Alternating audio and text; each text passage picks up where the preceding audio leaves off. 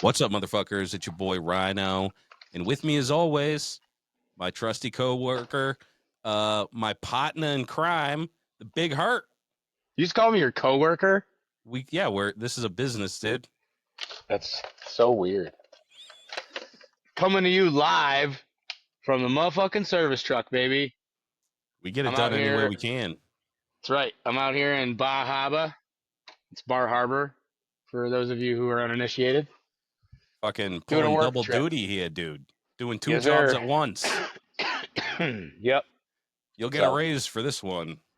Yeah, we'll see. Or my boss will see this on the internet and yell at me. What are you doing? Filming a TikTok, kid? Yeah. In the I know, company that's the other time? thing. If at some point the Wi-Fi gets shitty, I apologize. And also, if you see me dive into the back, it's because this guy came to get in his truck, and I will not be seen in public talking to a cell phone. Yeah. So yeah, this is coming out, I think, on August 1st. So this is the official start of the Idle Hands Chopper Comp and Show. We have, at this point, I'm going to guess we're a couple weeks out, but I'm going to guess that we have over 100 participants at this point. So welcome to the motherfucking comp, kids. It's going to be fucking sweet. It's going to be a lot of fun. I'm overwhelmed by the response that we got. And I can't wait to fucking see what people put together. Now it's time to grind, baby. Couple things. I'm gonna reach out to everybody and that's in the competition and give some better direction on what's going to go on and what the milestones are. But basically, you have until October to make something fucking awesome that gets you into the next round. There's going to be 3 rounds of voting. We're going to do October, fucking 3 months after that, and then 3 months after that. Every time we're going to cut the competition in half. So if we have 100 bikes, first cut is going to be down to 50, then down to 25, and we're going to end it the final 13, okay? And that's going to be the main show. Everybody who's in the show now, keep on building, and you are in the show as well. So we're going to have 2 shows. We're going to have the main show. We're going to have the Devil's Reject show. That's a working title. That might not be what we call it, but you can still win prizes. You can still win cash. And at the end of the day, at the end of the year, you're going to have a fucking chopper. So you got a trophy to bring home. Anyways, we're gonna have more on that, but we got to get into this episode after a couple of housekeeping items because this is a long time coming. We are getting the gang back together tonight. We are talking to the creators of the Lowlife Chopper podcast, Loctite and Grease. We finally got the fucking all 4 of us back together again for our 7th year anniversary. 7 years in this bitch. Fucking nuts, man. Yeah. They did the heavy lifting in the first 5. I've been here for a little over 2. Dan, when did you come on board? October last year or something? Halloween, yeah. Yeah. So, you're almost having your first Annie too. Yeah, I still have time to quit. Don't even. I'm just kidding. All right. Before we get those guys on, we had some sad news delivered a few weeks ago, and Dan wanted to take an opportunity to say his goodbyes. So, yeah, without dragging this out, at the time we're recording this, within 24 hours ago, we learned that Ozzy's dead. It's a big hit for me personally. His impact cannot be understated. If you're into any sort of music, or even I would go so far as to say an entire subculture that people would describe things as heavy, then you owe it to Ozzy Osbourne and Black Sabbath, period. They created heavy music. Personally, for me, huge influence. I remember writing Ozzy in ballpoint pen on my fucking backpacks and my notebooks and shit in school. Yeah, big one for me. Black Sabbath has been my favorite band for as long as I've known about Black Sabbath. So, just wanted to quickly put that out there. I know a lot of other people are feeling the same way. So even though you're hearing this probably 2 weeks after the fact, throw on Sabbath and just fucking vibe out for the day. Do it for Ozzy. God is dead. That's all I got to say. R.I.P. Ozzy. All right, guys. Well, let's get into this motherfucking interview. The boys are ready. They're clamoring to get on. What's up, motherfuckers? Welcome back to another episode of the Lowlife Motherfucking Chopper Podcast. Yeah, guys, we got the whole gang back together. We're joined by. Sounds so shitty. That's all right. I have an AI assistant that edits all my videos for me, so. Damn, dude. I'm fancy, dude. The I'm like podcasting Johnny world Mnemonic. is really different these days. Yeah, guys, we're able. This is our 7th year anniversary. You guys did the heavy lifting in the first 5, but we made it to 7 years. Did you guys ever think that after that first episode you did, that 7 years later people would still be tuning in? No, we did that first episode. I did that first episode in my car on the way home from work. The first episode was a tricky one. I think the second one was the benchmark. That's when we had the Bruce Buffer situation here in the garage with Yeah. the mic just dangling down off of a random beam. That was a tough setup, and there were 3 of us using one microphone that was not meant to be multi-directional. That was a bad situation. It's hard to think at that point that I was going to 7 years later have an AI assistant and CapCut cutting things up into shorts With the overlays. Generation, man. I got the overlay videos on that CapCut, dude. I got the premium. It really does take the production to the highest level. Oh yeah, yeah. You guys have done some CapCut. super cool stuff with the show too. All the production stuff went through the roof. You guys have been running it all the way up. I love to see it. Yeah, well, we're in once you left, we were in direct competition with Grease's Garage. We had to do something. That's it. You're gonna get that 4K, you know, that crispy footage. Yeah, well, we're capable. We have 4K cameras, but I do not have the 4K skin internet. for 4K, so I had to bump it down to 1080p, dude. Oh, I don't even think that you can do a live stream like this or like I don't know if this goes to 4K because I had to buy look at this little thing. I had to buy this little card just to be able to do 1080 on a live stream. Yeah, it won't live stream. Like typically the live stream, the best you're gonna get is like 1080. Right now we're at like 720, but it's actually recording in up to 4K. Like I could in post do the 4K. The AI assistant's got some heavy lifting when this episode is done. Oh yeah, yeah. It's just voice activated. I'm like, edit the episode, and it's like, yes, sir. I'm like, make me look good. Fucking Tony Stark over here. Man, we needed that AI back when we were doing it Loctite. I don't think AI existed back then. It definitely did not. No, not for a consumer, dude. Like everything has AI in it now. Like you're on IG and it's like, do you want me to post for you? It's like, what the fuck, dude? That's how you end up with those pictures of a motorcycle where the pipes are on the wrong side. And Oh, yeah. somebody's looking at it and they're like, something looks weird about this bike, dude. I can't put my finger on it. Yeah. Oh yeah, everybody's an art. Now you can just fucking put in a prompt and make a show flyer. That's what we did. Hey, if it works, it works. Yeah, we did get some professional art though for the show. Shout out to Jimison Tattooer. Yeah, he did a fucking killer job on that. Hell yeah. Earthworm Jimison? Yep. What's that? Yeah. Yeah, dude, that's a long time. He was following the show forever. Forever. Yeah. I think Hell he did artwork for us back in the day too. Yeah. Sick. Dude. He's the shit.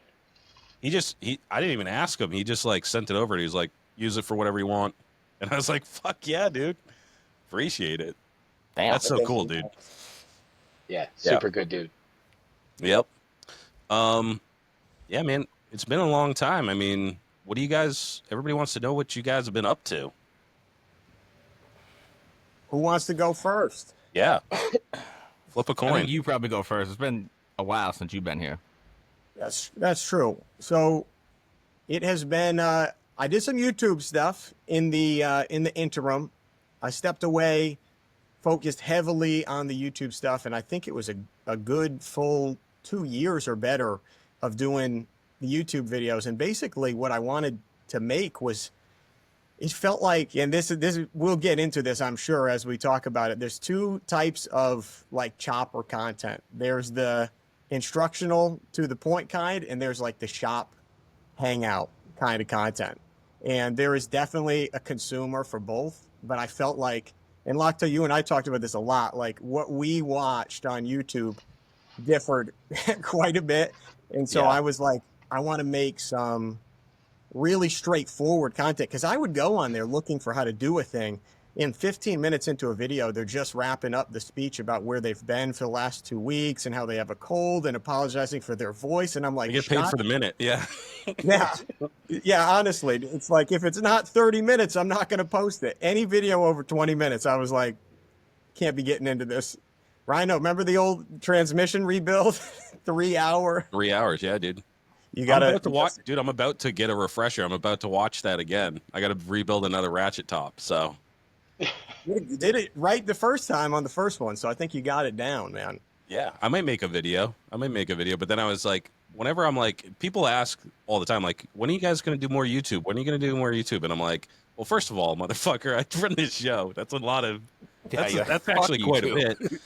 And then the other thing is, there's already awesome never videos get and it. stuff like your wiring chopper wiring video.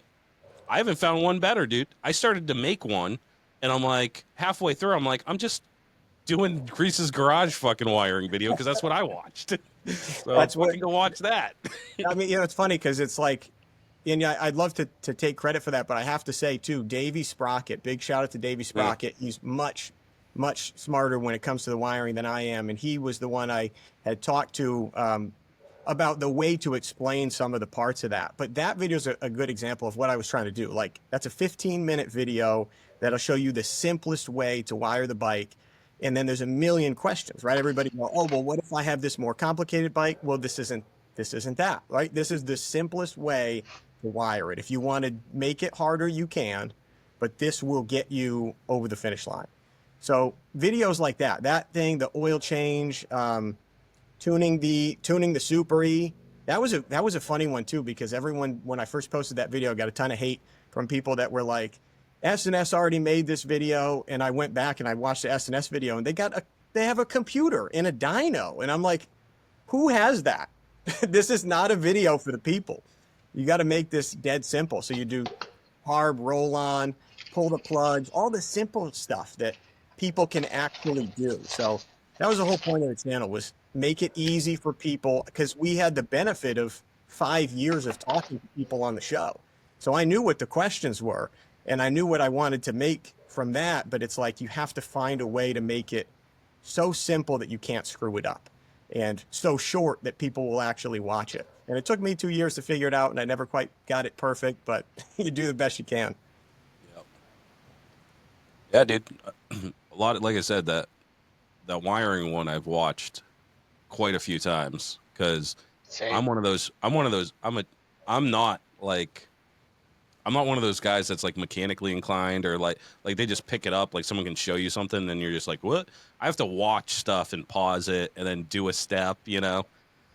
So it's nice to have that out. How are you going to rebuild a whole transmission and say you're not mechanically inclined? This guy's done what Frank Kessler's doing, dude. Of the four of us, I would not be doing this if there was not a YouTube. I'd be in a different hobby. I say the same thing to him, Grease. I say the same thing. Yeah, that makes no sense. I'm like, this guy's done more mechanical shit than any of the four of us. But fucking crazy. Very humble guy. You got to love it. Mm-hmm. Yeah. No, it is key to have those. And the weird thing too is, it's not like, a lot of the comments on YouTube kind of trend toward general motorcycles, and there's very few people who make like down straight to the point content for choppers. There's a lot of straight to the point content for, like, if you have a Heritage Softail and you want to bolt on a new fender with skulls, and they'll take you through the whole, that's like, and then that guy's got like the $1 million setup, and I'm like, this is not the guy that needs to have the high quality setup. We need somebody that's doing what we're doing. And so that's kind of and there's a huge market for that. So if anybody out there has video skills and wants to fill some of that role, like I did it for the Evo Big Twin guys because that's what I own, but I don't have a fleet of motorcycles. I can't show the whole internet every bike. I can show them a ton of stuff with my bike. I was surprised I got 2 years out of one bike too, but there's probably still more that could be made, but if somebody's out there watching this, there's way more bikes that need a channel like mine that would do the same video, but for that bike. Because if you have an Evo Sporty, you better make that channel. Because all the questions when you do Big Twin stuff is, how do I make this work on an Evo or an Evo Sporty? Everybody wants to translate it to Evo Sporties, especially because of the electric start. Right? It's harder to make an Evo Sporty a kicker. It's not that you can't do it, but people watch that wiring video and everyone goes, how do I do this on an Evo Sporty? And again, Davey Sprocket helped me out. And on that one, he gave me the whole roadmap, right? And I say that in the video and I'll say it again, shout out to him. He actually I had him shoot footage for me because I don't have an Evo Sporty to shoot it with. And he's got like 1 million Evo Sporties torn apart. Him and Fish Tank battle it out each year for who's going to get the trophy for most disassembled Evo Sportsters. But he helped me out and shot the B-roll, and he's good with the wiring. So when people would have questions, I could either ask him or just have them ask him directly because he's the sporty guy for sure. Yeah, there's definitely there's a ton of shovelhead stuff on YouTube because they've been around forever. So there's a lot of, they're not great quality videos. You know, there's guys on their phones that are like, oh, this is what I'm doing. And like, how to set up like points or whatever, you know? Yep. And you can't see exactly what they're doing because they're on a phone. They're like, hold on a second. Their wife's talking to them and shit. But like, it makes a big difference when you have like a decent camera setup that's not fucking shaking. You know, you have a tripod, you know, not a huge investment either for a tripod, right? You can we're not talking big money here, right? Yeah. It's easy. Yeah. But yeah, definitely we need more chopper content. A lot of the, like Lowbrow and those guys, like a lot of those places, JP Cycles does great videos too. A lot of it's like applicable, you know, like definitely like the mechanical stuff and setting up this and that. But a lot of it is like really modern things, you know, like there's not a ton of great point setting videos, you know. I know. I actually need to make another point setting video because you learn along the way. That points video was the first video I ever made. So it's way longer than it needs to be. It does not need to be an 18-minute video. If I was shooting that video today, it'd be a 5-minute video. And the more videos I made, the more I realized you got to make this shorter. And even if you think it can't be compressed down, it can probably be half of what it is, and you just don't realize it. It's like people do not need all these in the middle steps. So points videos are huge. Carb videos are huge. Like if I had what's the one you guys like? CVs? Maconis? Everybody loves those. Yep. I don't know why, but some guys, they like these kind of carburetors. That's right. I couldn't get that fucking shovel head ever to run right until I fucking swapped it out and put a CV on it, and it purred like a kitten. Oh, I hate to hear that.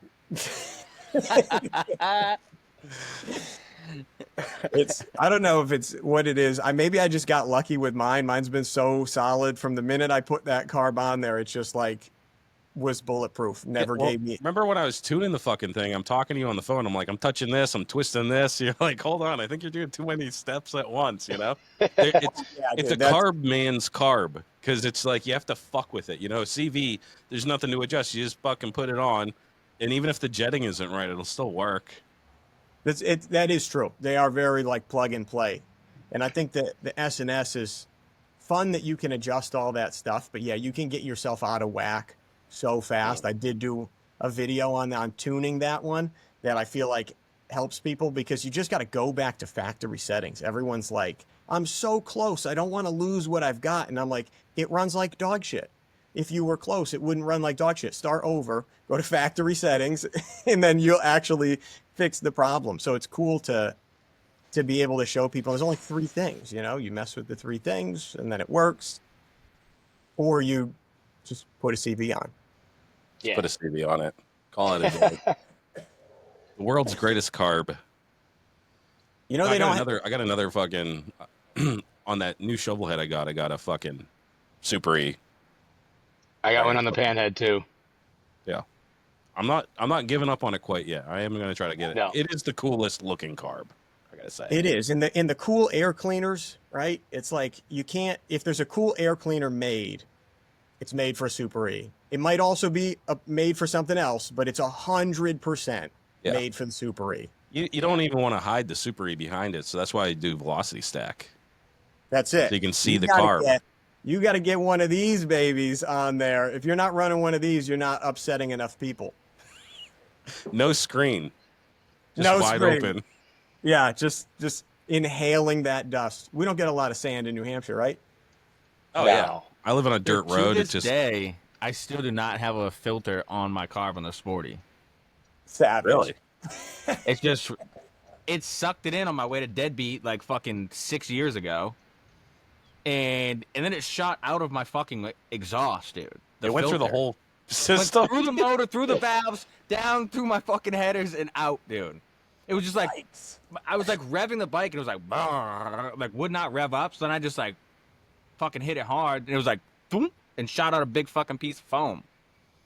And since that day, I just never put a filter back in it. I've been running it since. Piston somehow. That's crazy. Yeah, what the fuck, dude? It's like when a dog eats like some dental floss or something, you know? Somehow it comes out. It's coming out the whole system, you know? So, the other thing, there's also the, tell them about the rag. The rag didn't go in the motor, but it certainly ended up somewhere that you might not have wanted it. Oh, my rag? The burnout? Actually, sorry. I forgot I had to specify. We've got to do Dan's story too, though. There's a lot of rag stories. Yeah. Gonna hit both of you. I was. Yeah. We've recently discussed my rag story on here, unfortunately. Everybody's well aware of that fucking stupidity. So no more rags and shit. Don't put rags in your stuff when you're painting. It was a piece of paper towel, though, just to clarify. It's one of these. I'll go get it. It's a work paper towel, the toughest paper towel on the market. This is why you got to just never clean things. If you're not cleaning it, it's never going to be a problem. This is all it is. Just a regular white paper towel. It does rip. One of these went into my oil tank and remained there and did not get frayed or anything after probably at least a good 100 miles, I would say. Oh, it was months, wasn't it? It was, I don't remember exactly anymore. Deep into the summertime when you were like, when you it was a while. Yeah, it was quite a while. Yeah. And there were miles being put down. It was, and we all just were like, oh, it's just fucking really cold blooded. It just takes forever to warm up. And then finally did an oil change. We were on our way back from Easy Times, and that thing was, we pulled over to the side of the road, and the motor was so unbelievably hot. I was like, yep. This doesn't, and I remember we were all looking at each other like, I get Sporties, man. This run hot. I don't know. Yeah, I forgot about that. I remember we were on the highway. Granted, it was July, hottest day of the year because it was Easy Times, but it was so hot. Yeah. The engine was so hot that while we were booking down the highway, it was like I had to scoot my leg away from it because it was like, that was fucking hot. And then it just ran so hot it didn't want to stay running. I think that was the catalyst right there. That was the catalyst for the oil change, that ride. Yeah, I remember on the way back, it was like we were chasing rain, or rain was chasing us or something, and I was like, I'm not stopping. I have to keep going. Like, I have to keep this bike going, or it's not going to make it home. That was wild. I forgot about that. Yeah, that was a brutal one. And who would, right? Yeah, for sure. I mean, I would because I'm a fucking idiot, but, you know, hindsight being what it is. I mean, you have to learn that lesson one way or the other. And thankfully, it didn't injure anything in that motor. That thing still runs like a motherfucker to this day. Oh, that's awesome. Rest in peace, Easy Times. And last time, one run in with a rag wreaking some havoc on the bike there too. That was a good one. Yeah, I witnessed it. Me and Dan walked in, and you were doing a burnout. Yeah, yep. I don't remember. I just did like a bunch of work on the bike for some reason, and then I think we were all getting ready to go somewhere, right? Yeah, I think so. And I was like, "Oh, I'm gonna do a burnout. I've never done a burnout on this bike." And that rag was sitting up on my sissy bar, and it just happened to fall down and get lodged in my fucking chain, and then all the way through my front sprocket. We had to take the whole fucking covers off. They're such a fucking cunt, dude. That was a mess. That sucked. That took forever to get undone. That was a mess. Well, you expected just to be able to pull it out, but it got like knotted up in there, so you couldn't just like rip the rag out. It was just like it I tied a forgot knot. that it was the front sprocket. I thought I remembered it as the rear sprocket where you No, could front reach it. sprocket. Because then I had to take I had to take off that fucking mid control. I had to take the cover off. The exhaust. Yeah, the exhaust off. Had to push the axle forward so I could lift the chain. Yep. Brutal. The sick Yeah. burnout though. Yeah, it was a cool burnout. It's worth it. We First walked and in, the last. whole garage just black smoke, and then all of a sudden it stopped, and you're like, "Oh, I stalled." Yeah, That's right. I remember that. I was like, how the fuck did I stall? That's right. Yeah, it was pretty violent too. It was just like it was going like you had it like 3,000 RPM, and then it just stopped. I What thought the I blew the fuck? motor up. Yeah, it was pretty abrupt. I forgot about that too. That was a good one. Dude, that's pretty impressive rag though. Yeah. To stall out that It was bike one like of that. those microfiber rags. Yeah, Mm-hmm. yeah, dude. So Grease, are you done with that channel? Or are you picking it back up at some time? At this point, where it's kind of on hold, I was telling you guys a little bit before we started rolling. I won't bore the episode with it, but a lot going on at the house right now. So have been kind of on pause, but there's definitely more videos to be made, even just with my bike, even if I don't branch out into other bikes. So when things are a little bit slower, I do plan on picking it back up. I've got, like we talked about, that points video needs to be reshot. I actually have a separate tool for the points for holding the advance that I can't believe I didn't own sooner. And I feel like the world needs to know about that tool because it makes it a million times easier to set your points. Yeah, what is it? It's like, so when you're setting the points, you have to hold them advanced, and then you kind of move the backing plate, right? Until you get them set where they need to be. And there's a whole thing you're doing with the multimeter to figure out where that point is. But it's a pain in the ass because you're trying to hold this tiny little lobe that's greased, and you're slipping out of your fingers while you're trying to do something that needs more than one set of hands. So it's basically a tool that holds your points advanced and locks it in so that you've got two hands free to then just mess with your plate until your timing light goes off. As soon as it goes off, that's it. You're done. Damn. It just didn't exist. I can't remember. Somebody mentioned it in passing, and I was like, no. If that was around, somebody would own one. Nobody owns one. I don't know why. Maybe this was like a chopper guy of a bygone era that used this, but it's not expensive. It's like $15. Yep. So I have to make that video because I feel like people have to find that. I love those types of tools that are super useful and super cheap, like, and they're not well advertised, like, here's a good example of that is, for spark plug wires, right? Yep. To be able, there's a little tool that you can put in your vise to clamp the wires down the proper way, and it costs $10, but you can't find it anywhere except for like fucking eBay. And Oh man. if you I get need like that. a crimper or something, it's like $50 for like to get just the thing that does this one wire. Crazy. Yeah, it's just like a Yeah. little plastic block that has like the shape that you need, so it curls those into the wire, curls around, and it fucking Right. costs $10, and it's so useful. It's like to make your own spark plug wires. It takes like no time at all. And another one that I use all the time is for chain adjustment. It's a Motion Pro that you just put on the actual chain, and you just clamp it down, and it has just a rod that goes out. So you don't have to like fucking eyeball it against other shit. Because everybody tells you it's like, oh, well, look at your tie and look at this. And it's like on a chopper, it's like everything's fucking wonky, dude. Like I didn't do anything right. So, but this thing, you just clamp it on and you can see that your chain is at least straight, I wish I had that tool to show on the video, but I did do a video on that one. And actually, you're shouted out in that, Rhino, because you're the one that told me about it. Oh, no shit. Yeah. And I did a whole video for that same thing because it's like $15 tool. And come to find out, everybody who you advertise that tool, you mention it, and they're like, well, I just measure my axle adjusters. So why would I need the tool? And then I show how like you measure the axle adjusters and the nut that the axle adjuster goes into on your frame. They're not always welded perfectly the same on both sides. So you can measure the adjusters all day long, but it doesn't mean it's going to be perfect, because if the guy who made your tail put one of the washers, an 1/8 of an inch forward of the other one, which it happens, right? I'm not blaming the guy who made it. It's probably within spec, but that's enough to fuck up your alignment. Oh yeah.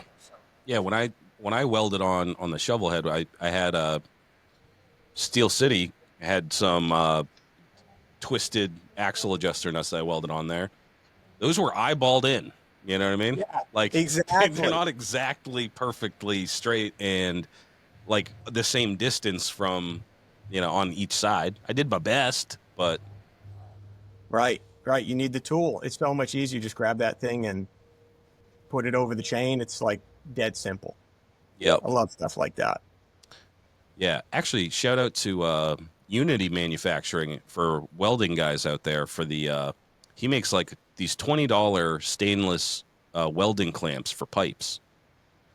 If you're doing stainless pipes, if you go online and look at like clamps for stainless pipes that'll hold them in place while you tack them together, you're fucking like $100 from welding shops. He just makes these like little bands that has a recess cut out of them, and you just tighten it down.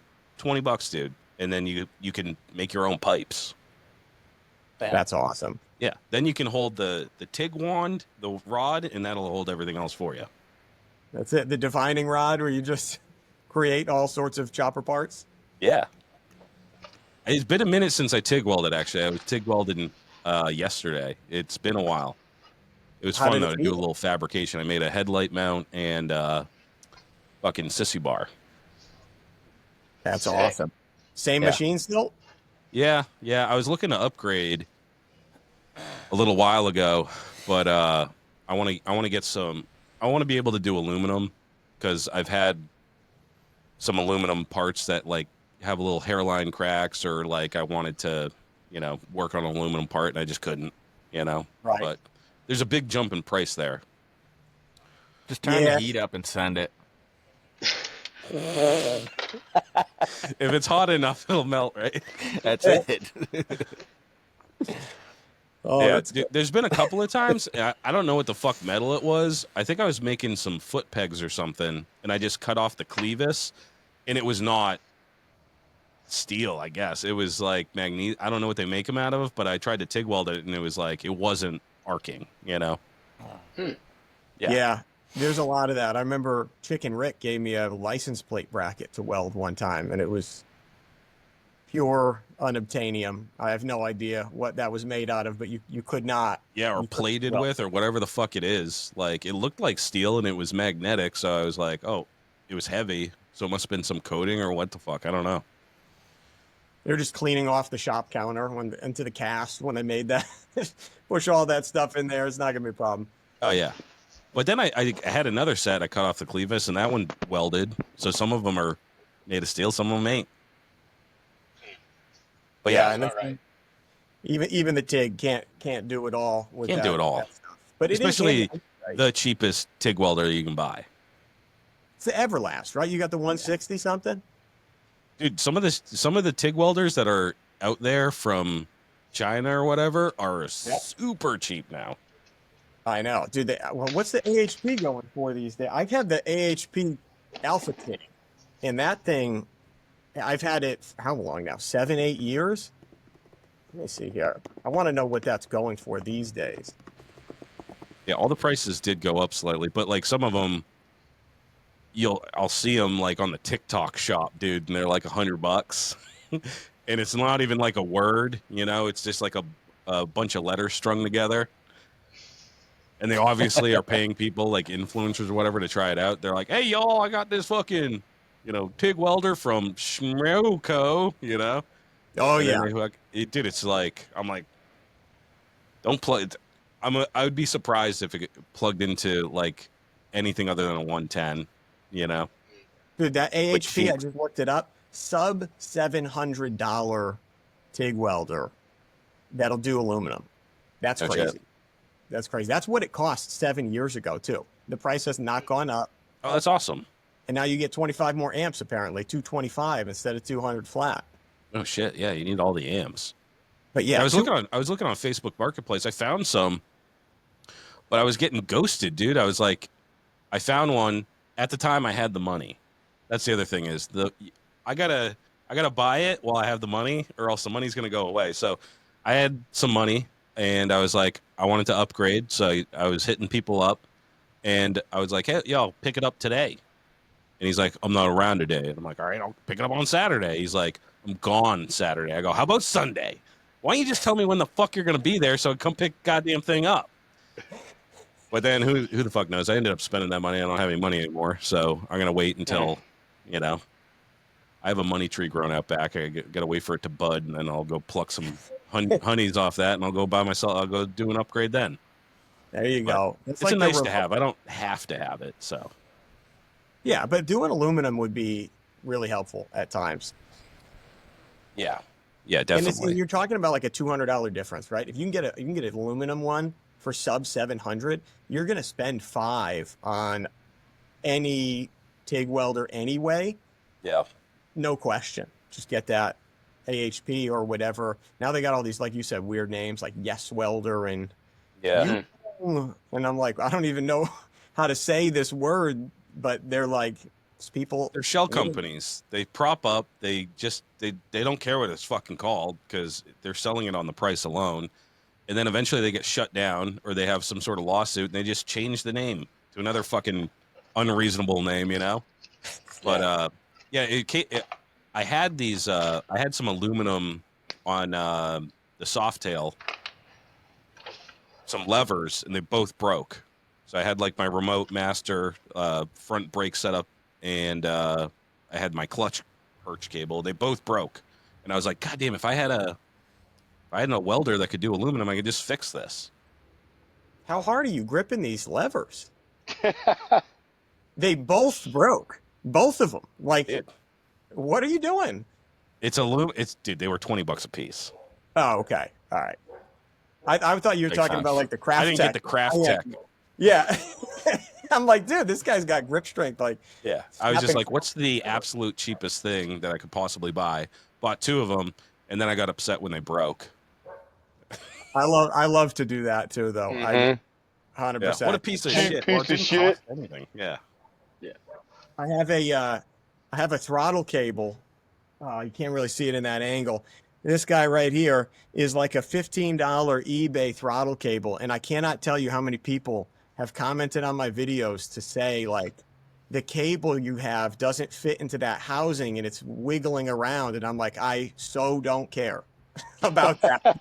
It runs and it rides, and they're like, well, it's the wrong one. Okay, it's the wrong one, but I don't know how to find the right one. So there it is. It's not wrong if it works. That's right. It's just bothers It's people. held in there by, I mean, it's taut. Once you adjust the cable, it's not going to slip out, you know? Yeah, it won't fall out, but it does. Like once you let off the cable, it gets a little wiggly. Or like a little slop It's here all and right. there, you know? Little slop lets you know that it's not constantly engaged, right? You don't want it to be always revving. Yeah. It's true. You want a little delay while the cable reseats when you pull the throttle back, you know? A delayed throttle response. That's it. And you want it to never snap back. That's key. You buy cheap throttles, they don't snap back. You got to turn it back. That's Do it. you have the plastic one? Oh, Like yeah. the No, plastic- well, the shell, the clamshell's metal. Actually, no, come to think of it, the whole thing's metal. Even under the grip is metal. I'm sure it's Sleeve is unwelded. metal. That's Okay. the one to go with. Yeah. Yeah. I don't know how anybody uses those good. plastic ones. Fish Tank says he loves them, dude. He gets those. I used They're them for like a while. $12. Yeah. Yeah, I used them for a while, but then I don't know. For like the first couple of years I was using them, they worked great, and then all of a sudden they didn't. Yeah. As soon as I put a grip on there, I was like, it squished it. Like it wouldn't move. Mm. Huh. Yeah, it's like everything else though. You get I've run the plastic ones a couple times, 2 or 3 of them, and you'll get one and it works great, and then you get another one and it doesn't fit, and then you get another one and it only the tube fits in the fucking, you know what I mean? Like it's you're just getting batches of shit that people are finding on trucks and selling for half the price or whatever. You know? 100%. Yeah, dude. I mean, it has like the clamp and the sleeve, and it's like $10. You know what I mean? Yeah. just like the little white sleeve. And I did have to trim it because like the mold. You know when you get like a little action figure and it has like you have to break the little pieces apart. They have the little tabs. Yeah, I had to like shave those off and shit. Yep. So it wasn't great, but. But then you buy the really expensive internal throttles, and they also don't work. So I don't know where the sweet spot is here. People have claimed that they have run those, but all the dudes that I know that said they have an internal throttle, like I'll be creeping on their Instagram, and then like a month later, it's gone. They just have like a regular one. Yeah. You take off silently because it hurts too much to remove it publicly. Oh yeah. You just quietly. So I just wanted to switch the bars, and it's like I know what happened here. Yeah, those things suck. Ruin your bars and not be able to go anywhere. Cool design. Oh, maybe it's this like again, if you buy cheap or whatever, like everything should work. Like I fucked with it for so long, dude. You know, I got one. I think it was the V twin one. It was like $100 or $120 or something. That's why I fucked with that thing forever. Couldn't get it to work. And I had to throw the bars out too. You can't just change it because you have to cut like 4 inches out the Ryan's fucking gonna bars. be running around with the tightest bars after. And I did it on those Pangea Airflow bars. Those are $140 bars, man. Yeah, dude. And I cut those things up to do the internal throttle, and same. That fucking sucked. Yeah, I don't even remember the brand. Steel ones or something. It was like $200 from Zombie Performance. Ugh. Yeah. It's so funny. Fucking sucks. Because you hear this like buy once, cry once, but I swear that I have some of the cheapest parts on my motorcycle have been on it the longest. Yeah. It's like a weird anomaly with choppers because with every other aspect of my life, I do agree you should buy once, cry once. But $15 throttle, been on there for 7 years. I took that came off my other bike, and I put it on this bike. So that thing's been with me a long time, and I just never breaks. Yep. Shit. Amazon CVs are right up there too. Talk all the shit you want. I still haven't run one of those yet. Of the Amazon CVs, you bought more Dan's got CVs. stock in the Amazon CVs. Not for nothing. I have run successfully. I have run 3 of them. I just put one on. Actually, I wanted to point this out. I don't know the manufacturer because it doesn't matter because it's one of these you can't pronounce anyways. But this CV I just bought off Amazon was $60. It's all black. It's coated black. It's not like spray painted black. The screws, all the screws for the float bowl and for the accelerator pump and all that shit are Allen keys. They're not fucking flatheads. That's nice. Crazy nice. And the top, the cap for the vacuum fucking chamber up there, the cap is anodized anodized billet aluminum, CNC machined with the little choke fucking holder machined into it. So you don't have to buy another fucking choke holder. For $60? For throwing up an affiliate link for this thing, you better dude. be dropping that link down here. 100%. 100%. Dude, Links in the description, guys. I've bought 4 of these Amazon CVs now. They all work. All you have to do is pull the float bowl, run some brake clean through them, clean out all the china out of them, throw them back on, and they fucking work every single time. I bought 4 of them, which is all in total less than one stock Kian CV or SNS Super E or anything else like that. You just have to disinfect it. Yeah, they import these CVs from Wuhan. Just make sure you spray it out real good. Run some cough syrup through it. The inside of the float bowl, you drop the float bowl, the inside of this float bowl is coated too. Like they got the coating on the inside, not just bare fucking, dude, it's crazy. It's nicer than a Kian. I don't know how well it works yet, but it comes with the float kit and fucking everything, dude. It's fucking. That sounds nice, dude. Really nice. $60. $60. Fucking nice. Mm-hmm. If you guys aren't on Amazon affiliates, you're leaving money on the table. You got to get that. Yeah, We you really can't even should. get a Super E rebuild kit for $60. For real. No, you can't. I rebuilt that SNS that came on that Evo. I rebuilt it, and it was $80 for the gasket kit. It didn't even come with the accelerator pump gaskets or anything. It was just the throttle. It was just the throttle body, the valve body itself. It wasn't even the dude. fucking A, dude. And it wasn't even a genuine James or whatever. It's crazy. $80 for a fucking gasket kit that wasn't even complete. That was for which carb? For the Super E. Fuck. Yeah. Hate to hear that. We need to have like a little round. You need to put like a little tally up top so we can keep track of the Super and the CV. I know it ain't. It's 3-1 on this episode, but Tell AI to do it. By the end of the episode, we're gonna settle this debate once and for all. by the end of this episode, I'm gonna one kick this bike over here, and we're just gonna be like, you know what? You know what though? Dan's not even a CV carb guy. He's a Chinese CV carb guy, so he's in his own category. Right. That's true. That's separate. Communism only on your chopper. That's it. keep it away everywhere else. But yeah. That's awesome. Hey man, how do you beat that, dude? 4 carburetors and I haven't even paid for one stock one yet. And they all work. That's dope. Now the Chinese made S&S's, I do not think the same luck applies. I can't imagine. Not for nothing. Considering the an American S&S ones suck, I don't think the Chinese ones are any better.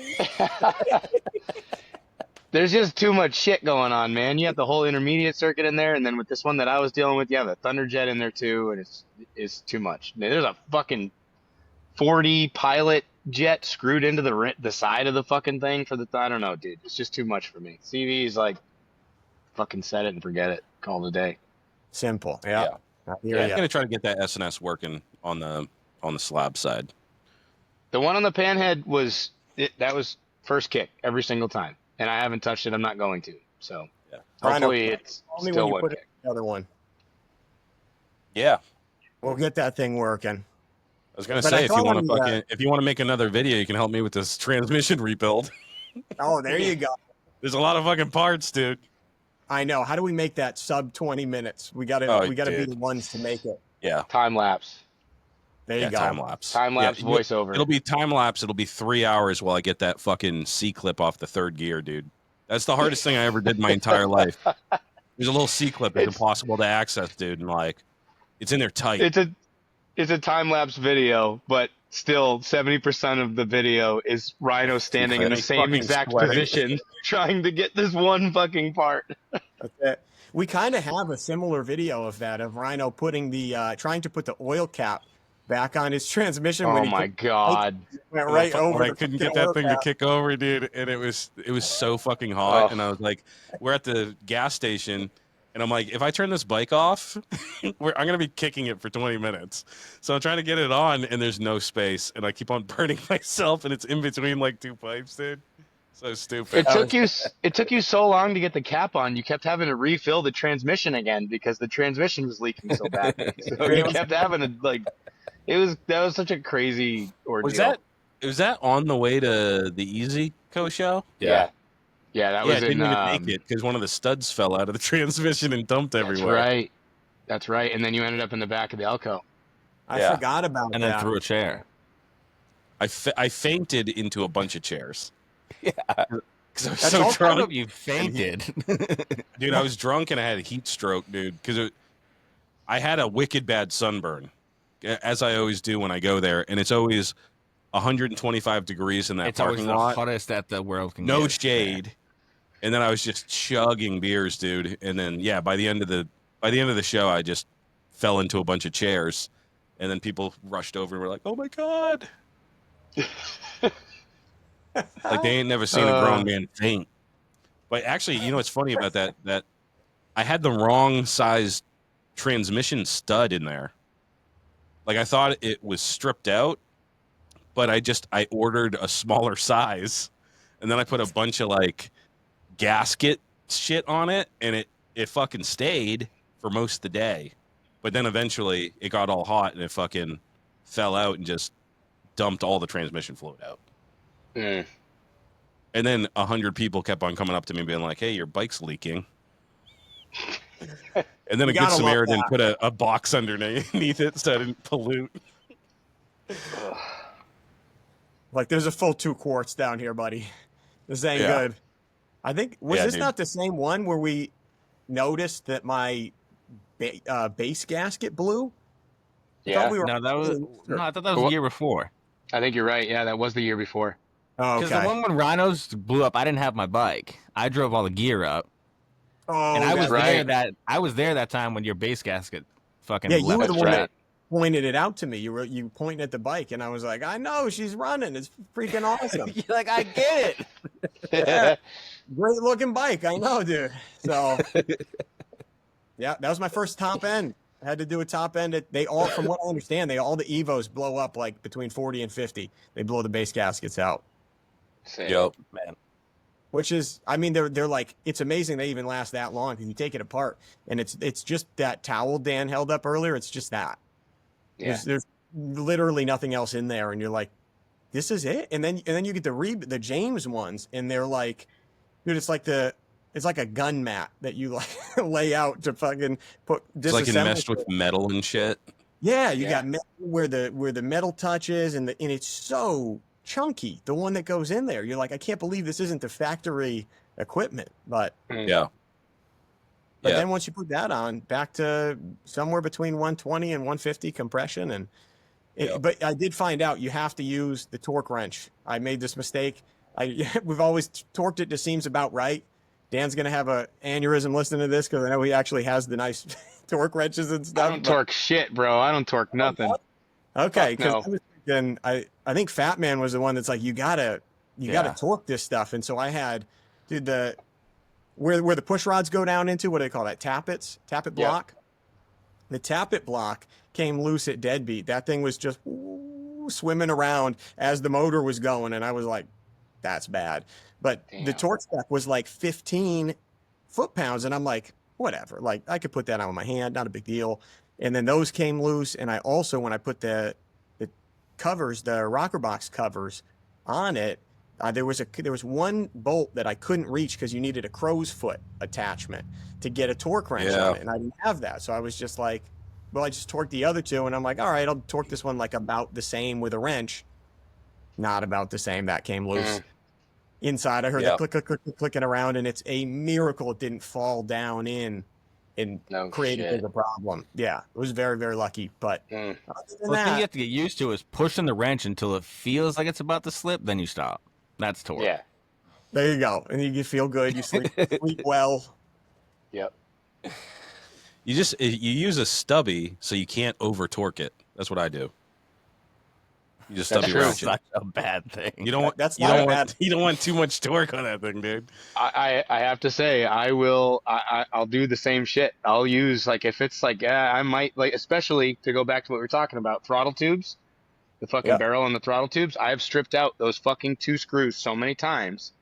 So shit like that is like until it feels like it's gonna slip and then fuck off and then leave it the fuck alone and that's it. Or a shit ton of Loctite. I put Loctite on everything. Every fucking helps, yeah. So Speaking of those throttle tubes, is there anything better than sticking a nice, poorly crafted ball end Allen into one of those things and just rounding the shit out of it? dude. That's Oh, my satisfying. God. That's Those things, man. ASMR, dude. Was it anti-ASMR? Yeah, fucking A, dude. That That's happened in my kickstand. That fucking ball end of that long nose Allen, that thing's still in there. Dude, Damn. I couldn't What the believe that balls didn't come out. He I got snapped so the ball. Yeah, just the ball end. It's the TC Bros kickstand, the Weldon kickstand for those of you wondering. I don't know if I've told this story or not, but I was using an extension ball end to tighten this thing and I had it on the bench. I didn't even have it on the bike yet. I was just, theory of operation, right? Testing it out. And I was tightening that fucking thing down and it's the screw, it's an Allen, it's like a 3/16 Allen, but it's like a dual shouldered screw and blah blah blah. It's like a proprietary screw for this. It's like a pivot. And I snapped that fucking thing off of there and those are hardened steel bits. And I tried fucking magnets, I tried heat, I tried cold, I tried welding, I tried every fucking thing to get that thing out. I couldn't get it out. And that is why the kickstand is backwards on the site. This guy even tried to paint it. Huh? Guy even tried to paint it. Yep. Everything under the book. Nothing could be done, dude. I came over. I'm like, I'm sure that this is going to come out with enough people here. I think you had a shop night there too, and we all tried that thing out, and that thing was permanently in there. Yep. It's still in there. After bringing That's wild. the thing all the way out to Ohio in June, riding it out there, the fucking trip to Brooklyn last year beat the fuck out of that bike. That thing's still in there. Anybody ever tell you that your kickstand is on backwards? Dude, I get it all the time. Non-stop. All the time. What's going That's on all with your people talk kickstand, about the dude? show. Is your bike gonna? It looks like your bike's gonna fall over, bro. I don't think your kickstand's all the way down. Or is your kickstand backwards? All the time, all the time. And honestly, I love it. I think it's funny, and I actually kind of like it when they fold out backward, right? Like they usually do when they sweep out toward the rear. I feel like if you park them on a hill where they're nose down, like it can walk through it almost. When you do it the other way around, it kind of like locks the bike in, and I don't know how to describe it, but it's like it puts the weight forward on it so the thing doesn't fucking move. When I put it over, and it sits at a gangster lean too, so that helps. But I know what you're saying though, because when I'm kicking my bike, it'll walk on that Right. kickstand. Even if my bike is like lowered, it's not even raised, right? And even then, being lowered, it'll still walk. yeah, And sometimes if I'm not watching and I kick it too many times, it'll tip if you're not paying attention. Right. So that's the neat benefit there is it would never walk. yeah, happy little accident. And not for nothing, I don't honestly think that I would do that again on purpose. But I don't know. If it happens on accident, I know now not to worry about it. If you get another ball end in that thing, you never know Yeah. what could. Also, fuck that. Don't ever, because I've used those at work too. And it's the same shit. Don't fuck those things, man. I use them all the I time. It's agree. actually my main set of Allen. I bought a set because there was some fucking bolt I couldn't reach. I can reach it at 45 with those things, and I use them all the time now. Just get the Cherish your shorties. Allen wrenches. Cherish your Allen wrenches now, because when your kids get to the age that mine are, you're not gonna have them anymore. Oh, That is true. I have about Dude, 35 sets of fucking Allen wrenches, dude, and not one of them are full. I don't even bother trying to find lost Allen keys anymore. I'll just go buy a new set at Harbor Freight. They're fucking Well, you know what I started doing? $6. I started buying the ones that are on like a fucking Swiss Army knife, where they like all You fold fold out. them out. That way you Yeah. can't fucking lose them. Yeah. Yeah. Yep, those are pretty cool. I've got a couple of those, yeah. Yeah, fuck Allen keys. We need to get rid of those fucking things anyways. Fuck I kids, have dude. stripped more Allens than I've stripped any other type of fastener. And I always thought I was the only one that was never a fan of the Allen key because I just felt like whatever it is about that design, I swear a Phillips head, I could put more torque on a Phillips head and not strip it. But something about Allens, man. Yeah, I've stripped out a Feel fair it gives you a amount. false It's sense just of security. Because like Yeah, when you do, I also just- if you have like a Phillips or a flathead, you're like, I'm gonna 100% strip this going into it, no matter what. Mm. So I think you're more careful. If That's it's a true. flat, I just use my finger. You I get don't the even torque bother. spits. It's pointless. That thing's not going to get any serious kind of torque on it anyway. I'll just put that in hand tight. Yeah. Yeah, I'm just sick of having to carry around fucking Allen keys. Like, just go back to screwdriver or something. Figure out something else. Everything's with flathead again. I mean, Yeah. I don't know. Everything I is. have. I mean, all those socket caps and the button caps and stuff, they look the best. I always end Yeah. up getting them. For I- sure. You got the panhead now. Doesn't that have the flathead engine covers? The cam cover. Yeah. Cam covers. Yeah, with all the flathead screws. Yeah. Just carry a quarter. Put that whole fucking engine back together. Yeah, for real. Yeah. Things mint. I actually Yep. do think that that's a pretty. I don't know how it works. I don't know if they back out often or if people put it. Do people put a torque spec on that with a flathead? I would just blue Loctite them for sure. Yeah, I'm not. What do you? The attachment to put that into a fucking. I don't know. You guys are more mechanical. I'm not aware of a flathead adapter for a torque wrench, but I mean, it's got to exist somewhere. But I'm not aware of it. Got it.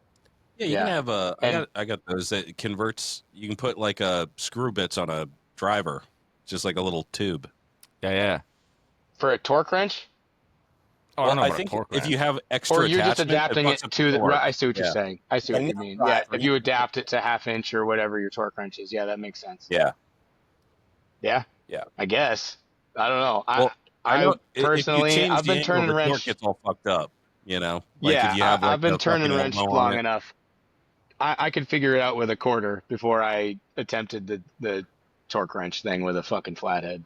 I'll just do the quarter. Yeah. If you go a little Hopefully too it's far, fine too, and it it's not doesn't even leaking. matter because you just back it off a little bit. You know, like if it strips it, You just back it off a little bit. Just do what any man would do and just put a tack weld on it. When you need to get in again, grind it off. I thought that's how you burn your exhaust. That's it. Yeah, that's what you do on your snowblower. You gotta weld in those shear pins. You got to keep those pins from coming out. Let me tell you, I forgot about that one. You still have that? dude. I still have that snowblower. Still Come use it every on. year. Come Dude, on. I'll spin the camera around to take you to it. I'm going to need to see proof. I need picture proof of this. That thing is still alive, man. Dude, when you told me Bro, that day, I was like, I'm going no fucking broke way. buying shear pins, dude, every winter. Because here's what happens. Let me tell you the pro tip here is you weld the shear pin. If you keep the shear pins in there, the shear pins break. And then you have to buy new shear pins or it doesn't run. If you weld the shear pins in, the belt just slips.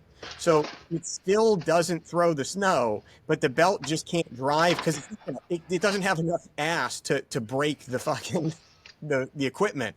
So the belt goes chip, chip, chip, chip, chip, and you're just like, oh, I got to back it off. I got to hold on here. That's And now I'm actually, not you know replacing what it shear is? pins I bet that's what it is. Like back in the day, you needed shear pins because they had like decent motors on those things, you know? Well, like the Right, newer they ones, actually they're weak as fuck. Yep. I might do that, dude. And if it's, I'm telling you, Are I'm you telling way really to you, do double in your convince me. driveway? that's all it took, dude. We should have addressed this originally, but now I've got 3 years of experience with it to confirm. Are you still doing your whole driveway? Oh yeah, You're a man of God, dude. just a wild person, just not buying a plow. You have the biggest driveway. It sucks. It does. It definitely sucks because the motor is not powerful enough to throw a lot of snow. So if you get, there was a couple storms where like you just can't do it. Especially like the past couple years, just heavy wet snow every time it fucking snows. Yeah, it was bad. Yeah. This past year was bad. There was one time where one of my coworkers came over and he had a plow with pucks. Shout out to Corey Harwood. He came over and he plowed it. And dude, like the one time I hired a guy to plow it, he destroyed the driveway. Yeah. Like, doof, doof, doof, That's because doof. people are idiots, dude. On Yeah. gravel, you got to set the blade all the way down and then 3 clicks up. And that makes it so it won't get down to the gravel, but it'll be fucking plowed. Right, it'll still be better than nothing. Yeah. And then this guy came with the pucks and they slide Yeah. over the gravel, and wow, that was the best situation I've ever seen. So Yeah. I'm actually looking for a new truck, so maybe I'll find one with a plow. Getting rid of the Tacoma? No, dude, it's been gotten rid of. Funny story, actually. That thing has been gone for. I bought that thing with 165,000 miles on it. And I drove it for 7 years. I put 110,000 more on it.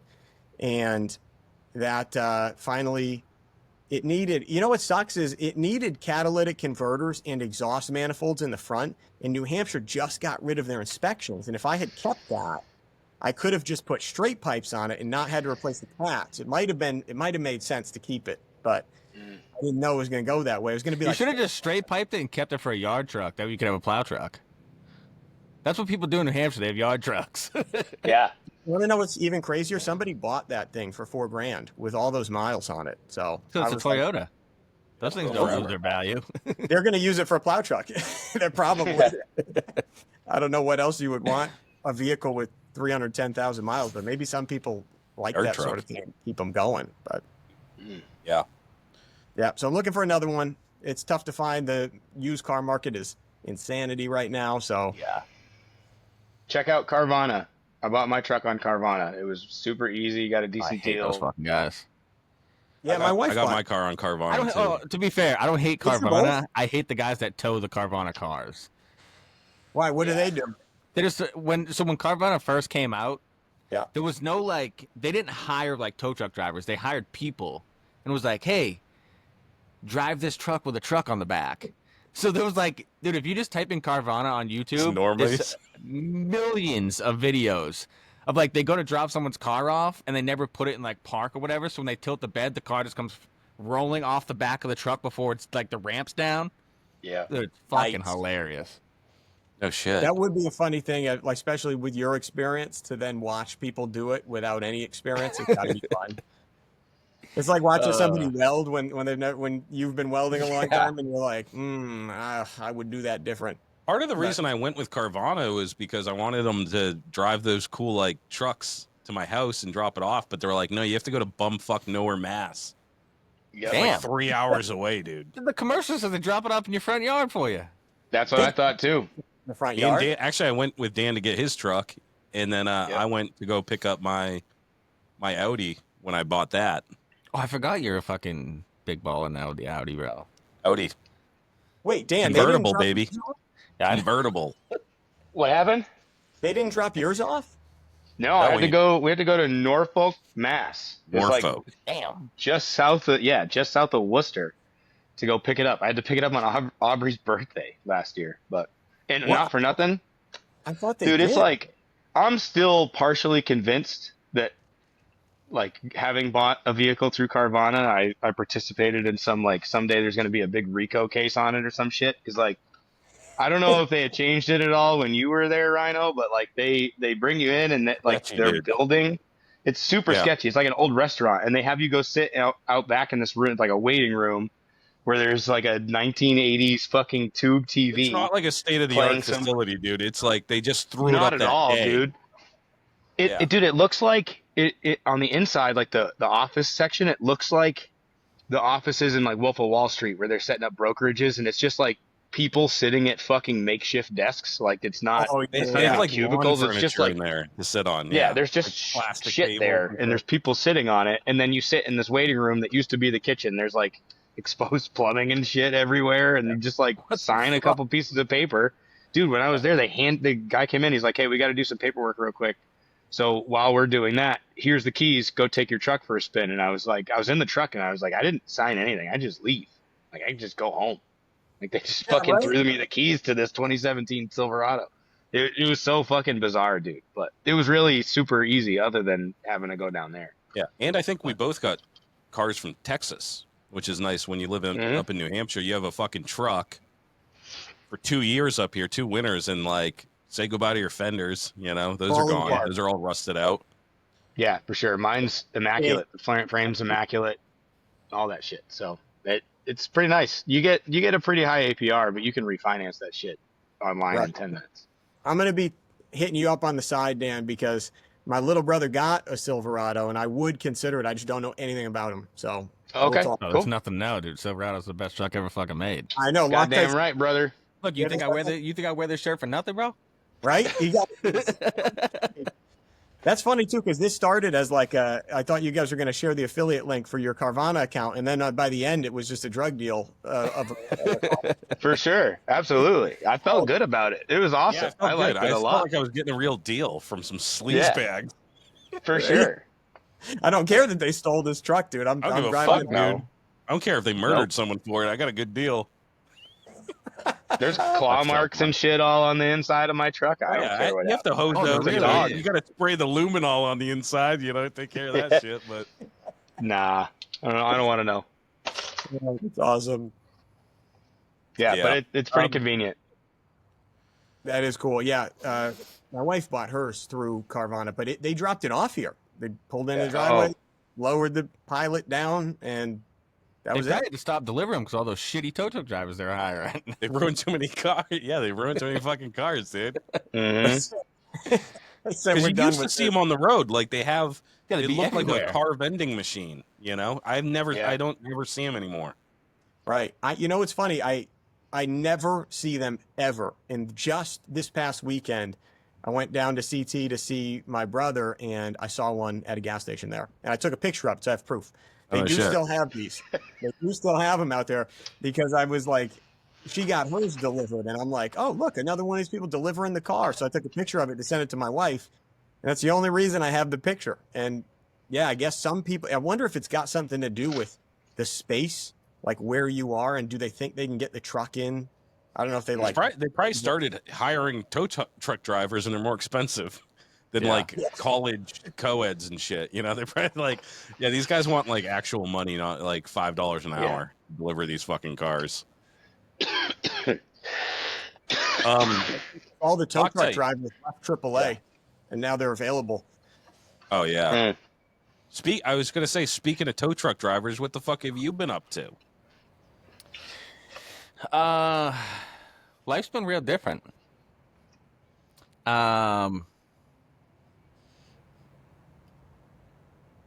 So pretty much right after I left the show, I ran into some fucking hefty, like physical fucking shit going on in my body, like fucked up health shit, and been dealing with that for 9 months now, and that's been literally fucking hell on earth. So I haven't been doing much. Anybody that's like still active in the chopper community knows they haven't seen me in almost a year now. Just been dealing with a lot of fucking shit, but at the same time, it's kind of been like a blessing in disguise because life happens real fucking fast. And I didn't even realize, like, I went from clubbing with Grease for 4 years. So I was gone literally every fucking weekend. We left the club, started the podcast, and then I was gone literally every fucking weekend.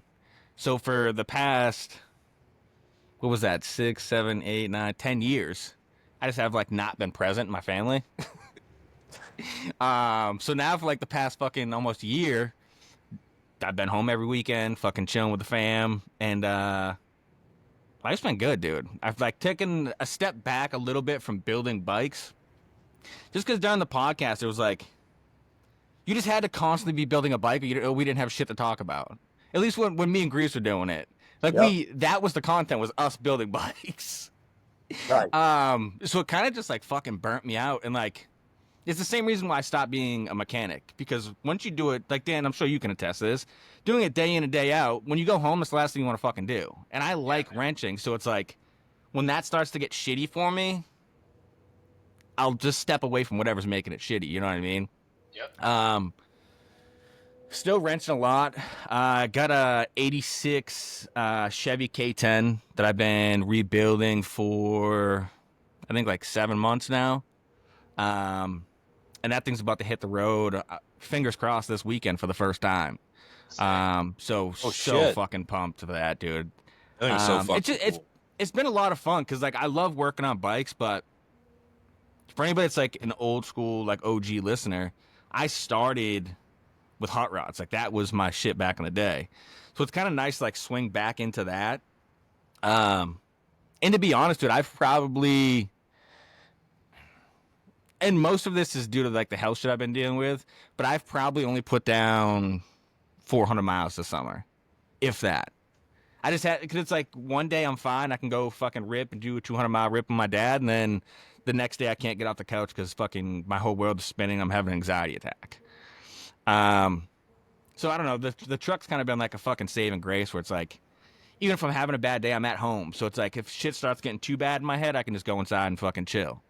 So it's been good.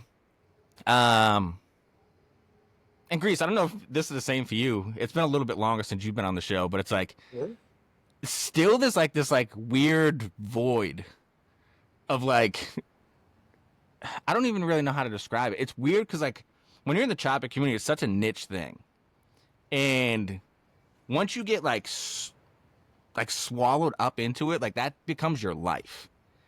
You know what I mean? Like all of us are lifelong friends now because of fucking motorcycles. You know what I mean? So once you like pull yourself out of that, it's a very weird fucking thing. Like it's weird to not have plans every single fucking weekend. It's still been really weird, but like nice at the same time. You know what I mean? I don't really know how to describe it. I definitely know what you're saying, though. It felt like, I mean, what's it been? 2 years? 2 years since I was on, and it's like, I think the first year I was away, I felt just like you're describing, where I just felt like I didn't see anybody that year. Like there's so much on your plate, and you just don't realize the toll that it's taking to be that. And not that we did the show every day, right? But like you're thinking about it every day in one way or another. And when I stepped away, I just didn't, it was like, it was so quiet. And it was nice to be quiet for a little bit because it was so loud for so long, in a good way, right? I don't mean that like I had fun doing the show. We met so many people, we made so many friends, but it's like the wheels are always turning. And this was before you had CapCut videos and all sorts of shit that these guys have been pumping out. So kudos to you guys for all this. I don't Social even know how media you moguls. yeah, honestly, how you find time to do the show and all the separate stuff is honestly incredible. So, well, that's the hardest part that I feel like people don't understand is like when you do a podcast, it's not that this isn't the hard part. Like coming here and shooting the shit with somebody on the fucking internet is not hard. It's lining people up. It's coming up with the content. It's talking to sponsors. It's figuring out what shows you're going to, what shows you're not going to. And it's like, when you're doing this, it's not just like, I know to people listening, you're just listening. You know what I mean? But to when it was me and Grease and when it's Dan and Rhino, this is a fucking business. Like people expect you to show up to shit. People expect you to, you know what I mean? Like you're held to a different standard. Yep. And that's Haven't not always missed a a bad Friday thing. yet. 7 Right. years, never missed a Friday. That's what I'm saying. And there's not many fucking podcasts on this fucking planet that can say that. You know what I mean? I don't listen to any podcasts right now that are that consistent. That are like, no matter what, you know, it does not matter what happens. A blizzard can happen, no fucking power, an ice storm. This podcast is still coming out. Rhino's going to get a fucking generator for him and Dan to make sure this shit comes out. You know what I mean? I'm 3 weeks ahead now. That's what I'm saying. It's like people don't realize the work that's on the backside of it, and I do miss it a lot. Like I miss seeing, and like that's not an excuse for me not being anywhere. Like I said, a lot of the thing of me not being places this summer is just the hell shit that I'm dealing with. But I do miss like bantering every fucking week on the internet and like meeting new people and hearing their story and helping people through their bullshit. That was always like the cool part to me. The sponsors have never done anything for anybody on the screen. You know what I mean? Yeah, once in a while they'll throw us some fucking free swag or whatever, but it's like nobody on this screen has ever gotten rich from this show. It's always been about like what we can do for people that are in the position that we've been in or that we're currently in. So that part is like, it's weird to not have that part in my life. But I'm kind of filling that void a little bit with the firefighter stuff, which is kind of cool. Yeah, I don't know, man. Life after podcast is fucking weird. It's different. It's definitely, you have more time to do a different thing. And like you said, you have a career change and you have more time with your family. The time with the family has been the biggest thing. Just having the ability to go places on the weekends, do stuff.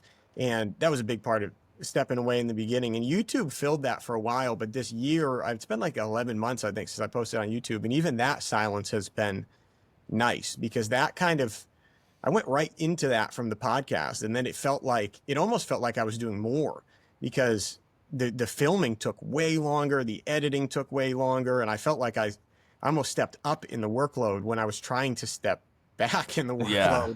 And so that I'm kind of reassessing that right now. Like Rhino asked earlier, like, will I go back? Will I not? I'm not sure right now. The kids are at like an age where I feel like I'm enjoying the family time at home. And I'm sure there'll be a time later when there's a ton of free time and they're off at school doing whatever. And that'll be different. But the family time is nice. I got really involved at church, joined the Knights of Columbus. It's been awesome. It's like I have all this time to do volunteer work, and it's not like the kind of high demand stuff that like editing a video and staying active on social media. So it's just different stuff. But I think it's funny that both of us found a thing. It's not nothing. No, you can't go from all that stuff you can on with the show to just like sitting there. I don't think either one of us will just sit there, you know, like there has to be something going on. Otherwise you just feel like you're not contributing to the world, like in any way, you know what I mean? And the thing with this show too, is like, I've said it 100 times. The reason why I love this show is for what it's done for people. Cause I remember when Grease and I first talked about this, Grease was like, fuck you, we're not doing that. Yeah. But then once like he like heard me out and was like, no, that kind of sounds cool. Like we're in the same like mindset of like, okay, we're out here on Struggle Island by ourselves and don't fucking know anybody. There's gotta be other dudes like that. And then once we found those dudes, it's like, Dude, I don't talk to anybody right now that I didn't meet through fucking choppers. Like, nobody. All my friends right now are from fucking motorcycles. You know what I mean? There's hundreds of other people that can say that same exact thing. And I'll be honest, man. When me and Grease first talked, when he first brought it up to me about stepping away from the show, your boy was ready. I was ready to step the fuck away as well. But this show was like done so much that I was like, I cannot let this show just go. So then I talked with Rhino, and thankfully Rhino was like, yeah, I'll be your fucking Huckleberry. And we jumped into it. And for anybody that remembers before, Grease and I also pretty much almost fully got fucking canceled. They fucking deleted, I can't even tell you how many episodes because some douchebag that fucking rhymes with Womby Samble fucking cried his goddamn ass off. So we went through that. And then right after Rhino came on board, we went through a full-blown fucking cancellation, like what you see on fucking TMZ. They fucking canceled our ass. They're like, you guys ain't talking about fucking goats on this fucking podcast. And they fucking canceled us. And I don't think we've ever talked on the show, but me and Ryder were talking. I pretty much told him, like, dude, I don't care if we even fucking do this anymore. Because it was like, just to the point where it's like, at that point, I'm 5.5 years in of doing this every single week of my life. And I'm just like, how many times can you get kicked in the dick? And thankfully, Rhino's like, dude, we can't let this go, blah, blah, blah. And he came from a listener perspective. So it's like, it's hard not to listen to what he was telling me. So then me and him wrote it out for another year. And I don't really know what sparked the whole conversation of me talking with Rhino that I was leaving. Do you remember? I don't remember what the fuck it was. I think you started, like, you were doing your coaching. It was that time of year where you're like super busy. You got the firefighter gig. Yeah, that's what it was. Yeah, I was doing the coaching. I have my full-time job. I have 3 kids, and I just started doing the fire department. And I'm not a guy that's ever like enlisted into like a 401k or anything like that. In my mind, I'm like, you're trying to steal my money, bitch. I know how this works. So I've never done a 401k. I ain't got nothing. When your boy's done, he's done. I'm working until I'm dead. So in my mind, I was like, firefighting that's going to be my way out. That's going to be my retirement. You get a retirement after 10 years. You know what I mean? So I was like, I gotta kind of put shit in perspective and figure out what's next in my life. So I talked to Rhino, and I knew he wouldn't let it die. Rhino's got way too much passion for this fucking show. So me and him talked back and forth about what it would look like. And then he even talked about doing like a spin-off of the show. And he was like, look, the only person that I would co-host this with is Dan. And I was like, I'm here to tell you, Dan ain't going to do it. Because Dan has said 100 times, I'm not listening to this episode after we record it. And I 100% did not think Dan was going to do it. And so me and Rhino were getting ready to record that week's episode. And I was like, fuck it, let's just call Dan now. So we called Dan. Dan, for the first 20 minutes, thought we were on air and recording an episode. Yeah. That's awesome. I was like, you guys are just talking about this on the episode? What the fuck are we doing here? Like, you're just putting all this shit out for everybody to hear right now? Yeah, I didn't really convey like what we're gonna be doing. But yeah, so we talked to Dan about it. He said, give me some time to think about it. And thankfully, he fucking stepped up and was like, yeah, man, I'll do as much as I can. And I'm super fucking grateful for that. Because I do not ever want the show to die. Even when you guys are done, I hope you can find 2 rad motherfuckers to take it over. I think it's important, for real. Like, I think it helps a lot of fucking people. And not just with motorcycles. I think mentally it helps people. So, I don't know, man. I mean, you guys have been fucking killing it. Super proud of you guys. Thanks, dude. Yeah, it's been rad to watch. It's been cool to fucking see that. And it's cool seeing, like, the different layers of this show. Like, when it was me, Grease, and CP, it was a different show. When it was me and Grease, it was a different show. When it was me and Rhino, it was a different show. And then now that it's Rhino and Dan, it's a different show. And it's like, and the thing I've learned too is like, there's always these different waves that come in. Like you'll have a wave of like these ride or die motherfuckers. And then they'll figure out everything they need to figure out and they move on, which is fine. And then the next crowd comes in. So it's like now that next crowd has come in, and it's just cool to see that 7 years now, like Rhino said, every fucking Friday that this show is just still killing it. Just some fucking country bumpkin ass dudes from New Hampshire talking about fucking shitbox motorcycles. I fucking love it. Yeah, and we're talking about the importance of it or whatever, and it's like the reason I think it's so important is because it was so important to me, like because I was I was the same as you guys. I was by myself. I knew I loved choppers, I had no knowledge, no gray beards, no friends that, I had friends that were into fucking fat bobs and doing the plasti dip on their fucking handlebars and shit. But like, nice. The show opened my eyes to like, people like Dan, like meeting Dan and Fish Tank and like dudes that are building shit in their garage and not great at it either. That's the other thing is like, we're all learning and like, we never say that we're like the motorcycle experts or whatever, you know what I mean? We just have a passion for it. And that it created a community up here in the Northeast. And the Northeast is cool as fuck, dude, because it encompasses the dudes from Maine and Massachusetts and fucking all the surrounding states that you can feasibly get in touch with, and like we all go to the same shows. And it was kind of like the chopper news to me, like what's going on in this fucking scene, dude, Yeah. And it was just like, again, all my friends are guys that ride choppers. I don't I don't go to fucking picnics and shit with people that don't ride choppers. I'd rather be with my family, and if I'm not with my kids and shit, like I'll be on a trip or going to a show or something like that. And that for me was like, I was one of the early adopters. And actually for this episode, I went way back in the archives on the Instagram to see like the early shit. And you guys look like babies, number one. Like, yeah. Yeah. Long time look ago. so young, dude. No stress back then. But also just to see like all the people that were on, all the kick in the dick episodes too. I was amazed how many kick in the dicks we did.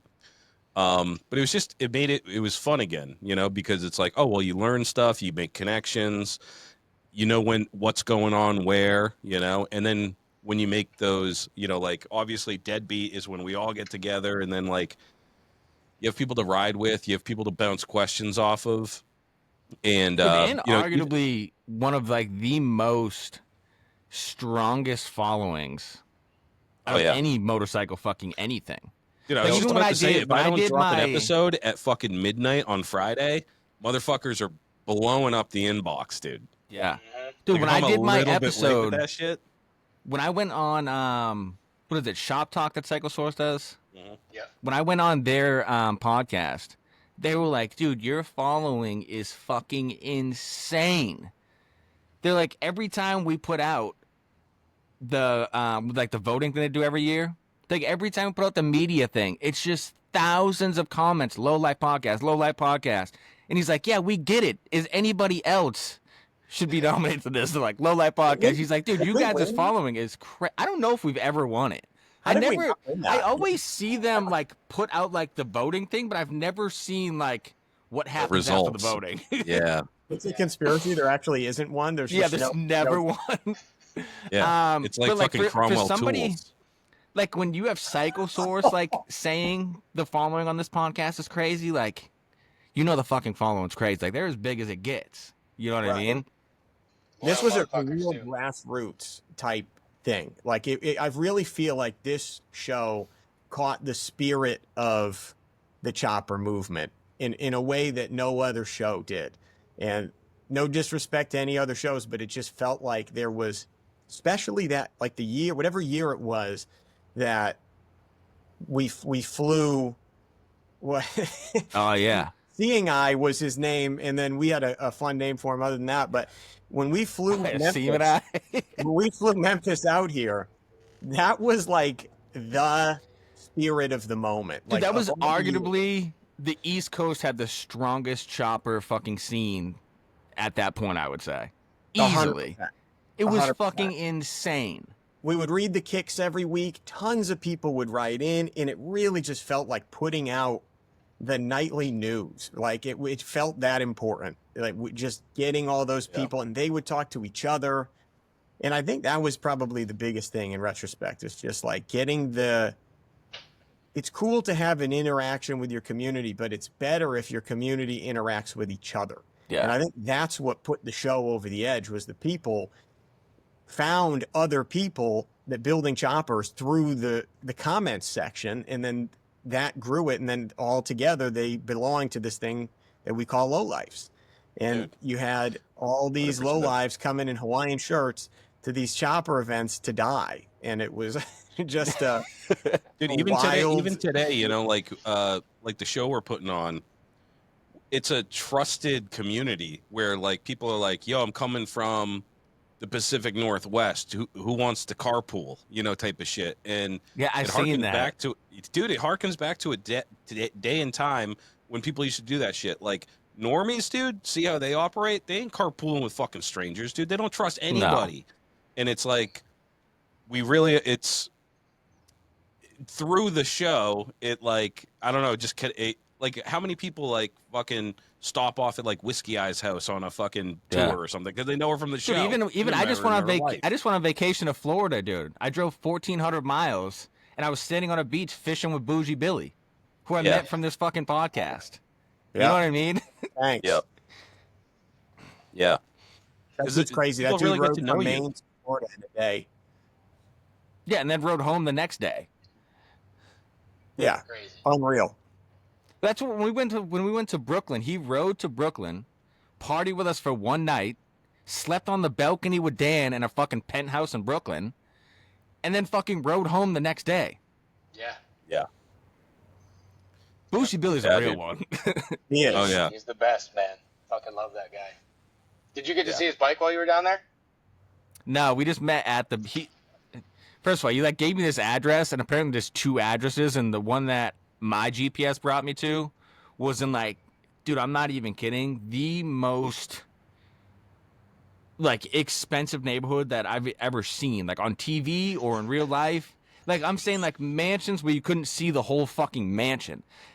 Damn. Dude, I know you guys aren't like big golfers, but TPC Sawgrass was in that neighborhood. That is a fucking PGA Tour fucking golf course. That's what neighborhood I was in. And he was like, oh, no, you have to keep going about another 20 miles. And I was like, sick. Great, yeah. Oh, shit.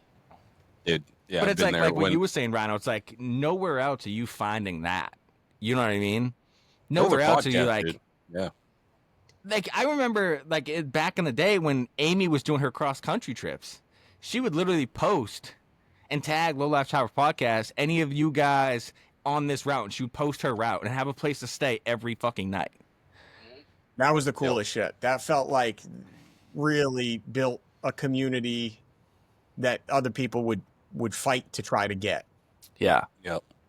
Well, I'll say this and too, is like, I try to keep that same like messaging out, is like, you know, like we're going to Deadbeat next month, and I'm like, dude, if you want to ride with us, ride with us. If you want to camp with us, camp with us, you know, like, because that type of shit is what it changed my fucking life, dude. Like, I guarantee if the Lowlife Chopper podcast didn't happen, I wouldn't still be into choppers, because I wouldn't be able to have done it. You know, if there's no community supporting it, then you're not going to stay with it. You know, like that's the whole fun of it, is going out and going on rides and going out to these shows and partying and looking at cool bikes, talking about motorcycles, building motorcycles.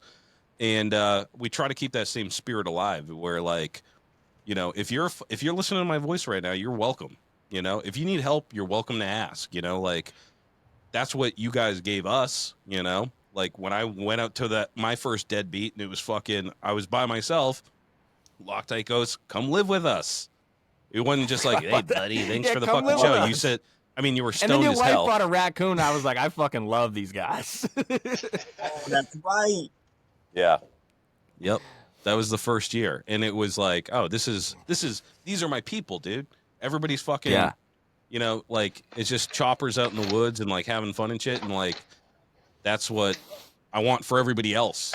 I love it so much. I want everybody to experience it. So I'm like, if you got buddies that are into bikes and they're not into choppers, send them the link to this show, like have them ride out with you, get them into this shit. It's the best community. It's the best time you'll ever have.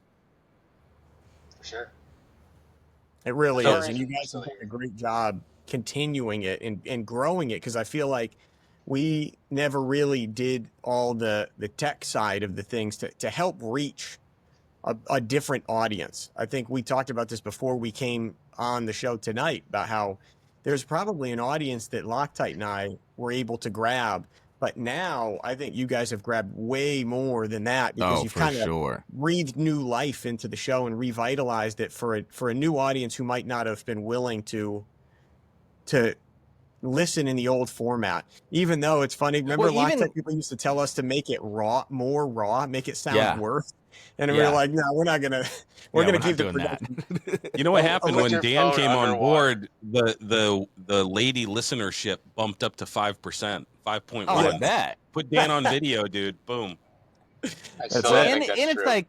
it's like, I remember when it was me and Grease, there would always be like the Team Grease guys and the Team Loctite guys. Like, they're the guys that loved everything Grease was saying. They liked how he talked, what he talked about, the shit he was into. And then there was the guys that were like, I love Loctite screaming in my fucking ear at 7 o'clock in the morning and being a fucking psychopath. It's true. And then it was the same when Rhino came on. Like, people gravitated to Rhino because he's a funny guy. He fucking has zero problem with fucking whipping his ass out and having a good time at any fucking show he's at. So that's the same when Dan comes on. Like, more guys are going to be able to relate to him. Maybe guys that just had like a toe in the chopper scene, but were punk rock kids or metalheads or whatever. Now they can relate to Dan. Do you know what I mean? So he is going to bring in a new fucking group of guys. You know what I mean? So I feel like every time, and not saying that like it's a great thing to like keep changing hosts, but I feel like it helps the show grow to like a new thing. You know what I mean? Because it can't stay the same show that Grease and I started, because then it becomes stagnant. You know what I mean? You can only talk about the same shit for so long. And once you have two new fresh faces on now, it's like Grease and I have already gotten our points out. Everybody knows Grease's perspective on super carbs, and you know what I mean? It's like, but now they have two fresh opinions to look at of like what people, you know what I mean? It's like, I think it's healthy for the show. Yep. Yeah. I agree. I think we had a time, we stepped out at the time, like Loctite, you and I talked, that if we ever felt like it was getting to that spot where it was feeling stale, that we would be honest with each other. And I kind of felt like after the 5 years, like I wasn't adding as much as we were in the beginning. Like you said, you kind of make every point that you have to make in that time. And I feel like it was the perfect time to step back, and I'm glad that it kept going. Like, I never wanted the show to fully end. I didn't know if somebody would step in, who would step in, or what the deal was, but I'm glad that it happened, because I think our 5 years were great, and now the show's going in an even better direction. So more people are going to find it, more people are going to have their lives changed, and hopefully get over the hump and finish that first bike and get on with enjoying the rest of the culture. You'll never meet better people, dude. Like, the most trustworthy, like rock solid. Like, yeah, maybe they have some shady pasts or whatever, but like, you can leave your shit strapped to your sissy bar and not worry about it getting fucking taken at a show. Guarantee it, dude. You know, you can leave your key in your bike. You know what I mean? And in fact, I remember somebody talking about stealing something off Brandon's bike, and that dude almost got his fucking teeth knocked out of his face. Oh yeah. And none of us were even there. Somebody else had heard it. Yeah. You know what I mean? It's like, and that's weird to me. Like, growing up in Massachusetts and then like spending some time in jail and all that shit, it's like, it's weird that this community you can trust. And I just don't I guess I don't comprehend how, but it's like, for some reason, this community only like draws in solid fucking people. Some of them are fucking weirdos, but they're still solid. They're not going to steal nothing. You know what I mean? You can leave them in your house. Yeah, the solid ones at least stick around. Right. The ones that are flipping about it, or they're not sure, or they're just in it for the cosplay, they come and go. But the ones Right. They come and go real quick. Yeah. Yeah, Because the here's the ones thing who- is you have to have your shit together enough to be able to pay for a motorcycle, which is wicked expensive. But Especially you a also chopper. have to be fucking scummy enough to be into like bikes and breaking the law. So it's like a very niche thing to be into choppers. yeah, Right. And you have to be able to get kicked in the teeth a bunch and keep trucking through it. You have to spend a bunch of money and then it doesn't work and you still have to fix it. So like you have to be like a relentlessly motivated also to exist in the scene for more than a season. Well, I Right. think that's the important part about the community is like before, when we first started doing this, I remember like the struggle of trying to get the Sporty together because I didn't fucking know, and the only bike that you built was a fucking Yamaha. You know what I mean? Right. So it's like you didn't know. So it was like it was hard not to just like beat your head off a wall because we weren't seeing it from anybody else that everybody else was also failing at what they were trying to fucking do. So it's Yeah. cool with Right. the community. It's like, okay, I hear it on the podcast all the time. These guys have been doing it for 7 years now, and they still can't fucking figure it out. So it makes Yep. you feel like a little bit better. You know what I mean? And I think that's always been the selling point of this show is no matter what level you're at, you can relate. You know what I mean? or at least make fun, or whatever. It's if you Right. can't relate, if you're an OG or whatever, and you hear us talking out of our ass, you can at least you have something to talk shit about. You know what I mean? Well, It's something I for won't- everybody. yeah, I won't name any names, but there's guys that listen to the show and comment and DM and stuff that are well respected to me. Like anybody in the chopper community would be like, they're well respected. They listen to it and they're like, these fucking idiots. We joke around and shit. But then there's also those guys that are like, they never even built a bike, but they really want to, or they're building their first one, and it keeps them motivated. Yeah. The other thing I wanted to ask you guys, because you guys did I think it was like almost 300 episodes. It was like 280 episodes you two did together. My favorite episode was the dumpster fire on the New Year's episode where we all got together with Fish and Amy, and we got fucking carbon That was- monoxide poisoning. That was single-handedly After the we blacked drunkest out. Grease has ever been on air. Has to have been. Hands to. down, my favorite episode. But what is My least favorite episode. We can never recreate that magic. No. Never. Excellent. What was your favorite episode, Grace? Favorite episode? Ooh, that's tough. I don't know that I would know off the top of my head. Like if I was looking at the list, I might be able to pick out some of my favorite ones. Ones that stand out we had a lot of fun with the Easy Company episode. I thought that was really good. I liked a lot of the ones with Rob that went long. The one we did at the hunting cabin, right? Because there was a memory associated with the episode. That was like a whole weekend involved with it. The one we live streamed from Pipe Dreams, that was cool. Oh yeah. Where we The first audio got to meet. quality was awful. It was so bad. Yeah, and there were planes flying overhead, so that wasn't great. But that's one where it felt like we were live at the scene. That was a cool thing. And then I guess I would also say that any of the garage tour ones. Remember when we did those? Yeah, that was fun. That was a lot of fun. Those were because you're actually in somebody's house. Remember we went to Feeney's house? He cooked a bunch of steak tips and we talked about a shovel head. It was that was a I wish we brought that one longer. I wish that segment lasted longer. We should have. Yeah, it's and I don't know why we didn't, but maybe it's difficult to plan these sorts of things and get to them, and then their schedule has to be free, and we were never any episodes ahead. We were always this shit needs to drop Friday. So it's hard to fucking coordinate two people's schedule, and then you introduce a third person. It's fucking tough. Yeah, For sure. yes, definitely. And to people at home listening, you hear us talk about this like it's some big lift, but getting a week ahead is a big lift. That's an entire extra evening. We've been on here right now for an hour and 40 minutes.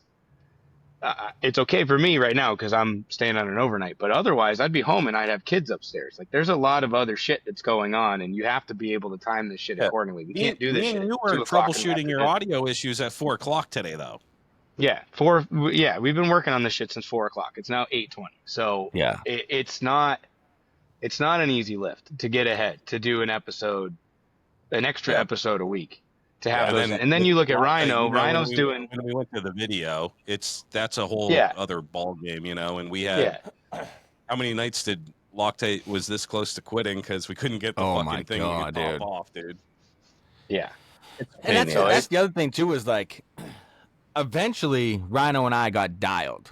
We knew what had to be done. We had the internet figured out, blah, blah, blah. But then, like Dan's saying, is you introduce that third person that's never done a podcast in their fucking life, doesn't know how to connect to their internet, has fucking Obamacare internet, and all this bullshit. It fucking stresses you out, dude. Yeah. They're filming you it can on their see them. fucking Nokia flip Yeah, phone you from can see them, but you 1993. can't hear Obama phone, them. dude. It's just like, it's crazy. But for the favorite episodes, I think probably one of my favorites, I actually have two that I can think of off the top of my head. The first one is when we did one with Wes from Riders on a Norm. Yeah, Because- that's a great one. Without that podcast, this podcast doesn't exist. That started because Grease, when me and Grease first fucking started hanging out, I didn't have Instagram. I didn't have any of that shit. I didn't even know what a podcast was. And he was like, dude, you're a fucking idiot. If you're trying to do anything, Chopper, you need to get on Instagram because that's where all the parts are. And listen to this podcast. So he turned me on to Riders on the Norm. And I was in a fabrication shop at that time. So I had the earbuds in. Dude, and I crushed that entire fucking podcast in like a week. And then it just ended. There was no goodbye. There was no nothing. It just ended. Wes moved to like Tennessee or some shit. Big Scott did his own fucking thing in North Carolina. And it just ended. And I was fucking devastated, dude. And I was like, dude, there's gotta still be people that need this content in their life. And that's how like this whole thing was born. So doing the episode with him and Big Scott was just like, I guess it's like what people feel when they meet any of us. It's like, I don't want to say celebrity, but like you're meeting the guy that you've listened to for X amount of years now, or X amount of hours. You know what I mean? Mhm. So being able to talk with them and then meeting them when we went to the Back Road Barbecue Run, that was like one of the all-time highs for me for the show. And the other one was when we first met Jason Jay Shia, when they came down to Grease's house. Dude, and Jace was just like, he's just the funniest motherfucker He's the funniest person I've ever met. dude. Yeah. Straight up. And just like when he's telling the story about fucking whipping the Honda Civic, fucking 15 beers deep, one eye closed, bald tires in a snowstorm through fucking dude, it was just like that episode fucking crushed it for me. That was one of the good ones for sure. Hell yeah. Yeah, we gotta have him back on, because if you're lucky enough to catch him out at a show or whatever, he's like that, you know. Like we went to we went to some swap meet or whatever. It's 7 o'clock in the morning. He's drinking scotch because he's so hungover, and he's just fucking hilarious. Everything that comes out of his mouth is funny, you know. Yeah, He's an actual gem of a human being. There was a chance he hit me up, and there was a chance he was going to move in a couple doors down in my neighborhood, and I was like, bro, I'll buy the house for you, please. Dude, I was telling my neighbors, I was like, you're gonna love this fucking guy. He's the best. Blah blah blah. And then it didn't end up happening. And shout out to him. He just hung up the boots after a long time being a bartender, and he's back to blue collar manual labor shit. So shout out to him. You gotta do what you gotta do, bro. Congratulations. He's a great dude. Yep. Yeah, he is the best. Yeah, I gotta say too that you know, for me, the best part of this show has been to be able to meet those people that you were just talking about, like the people that you look up to, you know, and it gives you a platform to do that. You know, if you're like, I don't think that I'm like a celebrity in any way, you know what I mean? But like, if you have a platform and you're like, hey, I'd like to do an interview or whatever, people will be like, yeah. If I was just some guy and I was like, hey, you want to chat? You want to give me a call on the phone? And you're like, fuck no, you weirdo, you know? It's cool to be able to meet those people, you know? And for me, like, the highlight of my career here has been, like, being able to go down to Chop Ahead and talk to Big Truth, because I've been watching those fucking those videos forever, and I always looked up to that shop, and to actually be able to be, like, friendly and fucking hang out and, like, get to know people and that you really respect has been, like, I'm just like bucket list item checked off. You know what I mean? Yeah. Because even in I our did black out position, drinking tequila there though, and that was not the finest day of my life, but it was. no, It but was all in good that will fun. go down as Lowlife Podcast canon, though. That was one of the great episodes. Period. That was worse than the one that we did where we got carbon monoxide poisoning. Yeah, but like I said, that one will go down in canon. Yeah. Canon. I used to say that same thing all the time. It was like, I remember after like a few years of doing the show, just rolling through my contacts, dude, was like a mind fuck almost. Cause it's like, you got Tyler Malinky, you got Fourth Floor Choppers, Christian Newman, fucking, you know what I mean? Like all these dudes, like, and like being able to call like we've known Jay Shia since before she like blew. Now she's like woman of the eBay fucking Motors, baby. earth. Yeah. You know what I mean? She's yeah. eBay commercials. And like same thing with like Truth. Like Truth's a fucking OG. You know what I mean? So like be able to like call that dude your homie and like be able to just shoot the shit with him. And same thing with Christian Newman. Like I don't super relate to Christian Newman, but when you have a chance to sit with him on the phone and just pick his brain, like not many guys get to do that. You know what I mean? It's like Bring a bike. Yeah, while he's like building a bike and like doing whatever the fuck he was doing in the background. He was welding, dude. He was. Oh yeah, that's right. His earbuds, and you would hear the static on the line because of the high frequency from the welder, and he was like literally welding a frame while we were talking to him, and I was like, wow, what's that like? Yeah, Serious like, multitasking. Yeah, and that was like some of the cool things for me is like, I've always loved that it's a grassroots like garage built type shit, but it was so cool talking to like those guys and like seeing that like they're up here, you know what I mean, and like for them to like not give a fuck and like talk to guys that are down here, was But just they don't like, feel that way. That's was, like, the beauty. humbling. That's the beauty Right, of that's it. what I'm right? saying. It's like that was like a humbling point where it's like, how can anybody act like they're above if like Fourth Floor Choppers is sitting here talking to me like I'm a regular fucking dude and like you're gonna try to big time me at a show? Come on, bud. You know what I mean? We met Josh from Steel City before he was like He was selling Ironhead parts. Right. Mm-hmm. Ironhead Supply Company or whatever that handle was.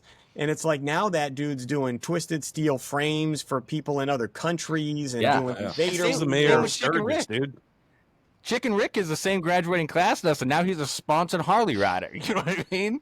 Yeah, It's man. fucking crazy. Same Badfish Customs. Like, he hasn't been super into, like, the motorcycle scene as of lately, but now that dude's building fucking private jets and, like, flying all over the fucking country and shit. Yeah, man. You know what I mean? It's just cool to, like, have such a broad spectrum of friends. It's like, it was just a really cool fucking experience. And then just being able to, and like I said this with clubbing too, is like, when you get involved in something like this, it'll bring you to places that you would have never been to.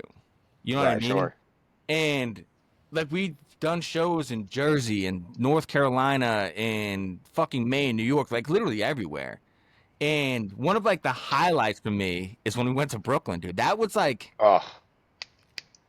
that is, and like it probably won't be a good story for my grandkids, but like I'm telling that fucking story.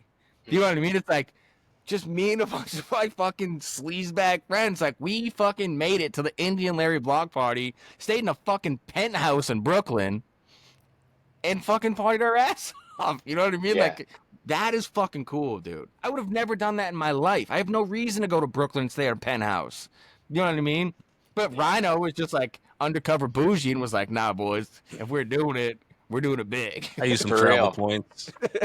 My favorite events of all time were those Fiddlehead campground events at Deadbeat Retreat, though. Yeah. Where we had the Lowlife Island. You know what I mean? And Yeah. like that's where we all congregated. We're kind of off doing our dirty builds. Everybody would congregate there, and it was just the funnest time because you have the whole weekend. Everybody shows up on Friday. You find each other, and everybody's doing God knows what. But But I think the it's thing what about really that brought too people was like, together on a personal level. that was like in the high of the chopper scene. And I think we can all agree now the chopper scene has gone down, which is honestly a good thing. Yeah. But like that was like the height, dude. Like it was crazy then.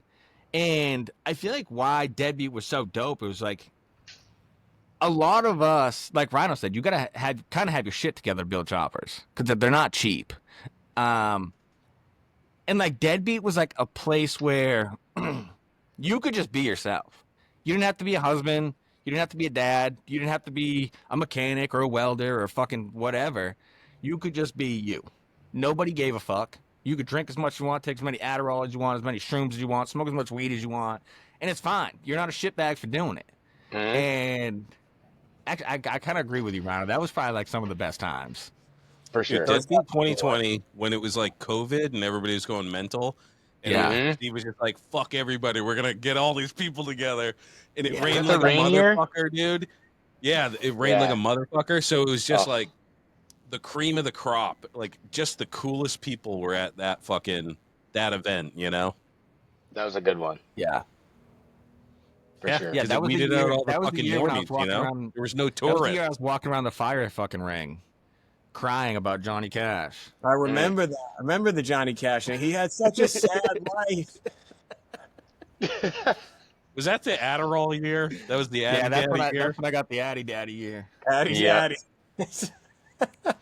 Yeah, that was it was funny because it was always like a theme every year, and like not even like an organized one. It was like one year it was just like everybody's getting stoned and drinking beers, and then it escalated quick. It went to Adderall one year, then it went to shrooms, and like everybody was Shrooms just was the rolling next year, fakes, yeah. dude. Yeah, man. It has. I will say though, it's changed, and that's kind of another cool thing too. Is like the podcast has been around long enough now where we get to see all of these companies grow or just disappear, and it's been cool to see like Deadbeat go. And like we missed the first couple of them, we missed that train, but from the very beginning, like this show started. Our second episode was Deadbeat, Right. or third episode, whatever it was, and like to see from there, like.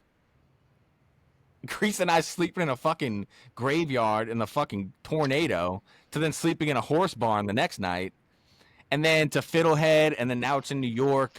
It's cool. It changes every time it changes location. The vibe of that place changes every fucking time it changes the location. Yep. Agreed. For sure. Yeah, that's the cool thing about it too, is like if you don't get off your ass and go to the event or whatever, it might not be around next year, you know? Right. Yeah.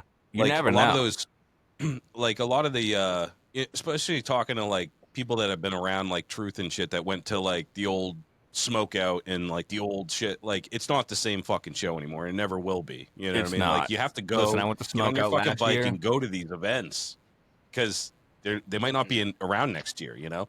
Luckily, Steve at Deadbeat, he doesn't give a fuck where it's at. He'll keep on doing it. You know what I mean? Yeah, he don't give a fuck where it's at He's been or like what at happens. 4 or 5 different venues or some shit. Yeah. Yeah. That's Thank the one God. thing I can say about Steve is Steve's not exactly a chopper dude, but he gets it. Yeah. You know what I mean? Yeah. For sure. And Steve does not give a motherfuck. Once the venue's booked and people show up, Steve's like, I did Have my fun. part. Have fun, boys. I've seen I'm not boats get lit accountable on for any of fire. this. Yeah, I've seen boats get lit on fire. Fucking dirt bikes get lit on fire. Fireworks. Fucking. I've seen some crazy shit at Deadbeat. Yeah, that was the naked bike burning thing was the crazy. That One of was the craziest things I've pretty- seen in my life. That was Yeah. pretty excessive. Crazy. That We was won't pretty name any excessive. We won't incriminate anybody, but it was awesome. I'll definitely Drugs, remember that for man. the rest of my life. For The sure. one thing I do miss is what is it? Is it the Cornwell conspiracy? That was the most fun I think I've ever had Cromwell. on the I internet. was thinking about that today, dude. I was literally just thinking about that this morning. Is What it is it what called? is it Cromwell? Cromwell or Cornwell? Cornwell. Yeah. Cornwell. Cornwell. Okay. The full-on Dude, the people- conspiracy. The people that didn't get the joke, that was the funniest part. Dude. Oh yeah, dude. Every time somebody like, I love my Cornwell tools, and I'm like, can you leave the comment section? For It anybody made who it so didn't much catch better it, because you're like, they weren't in on the joke. They're like, yeah, I have a ratchet from them. It's really great. And it's like, yeah, that's something that, like a spy would say. Do you work at Cornwell? Yeah. Yeah. Hello, Went fellow on for a few chopper days. kids. Industry plants. Yeah. Yeah, industry plant. Yeah, you plant. The AI, these AI bots are getting pretty good. Oh, dude. Yeah, half our followers on Instagram are AI bots. For real. Everyone's followers are AI bots. Yeah. Yeah. That's the one thing that bums me out still is like, I guess I'm protective about it a little bit because it's such a big part of my life, but like I really have very little tolerance for like the influencers or whatever. They're just like, oh, that's a niche I could fill, Yeah.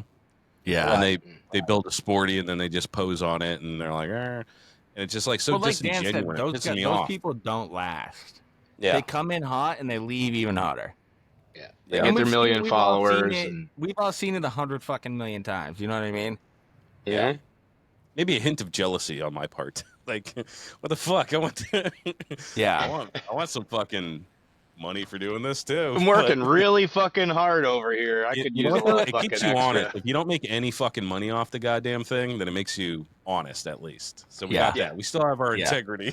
Until For sure. And I don't think we're blowing up anytime soon. So No, we just be giving away money, dude. We're giving away a fuckload of money in July next year.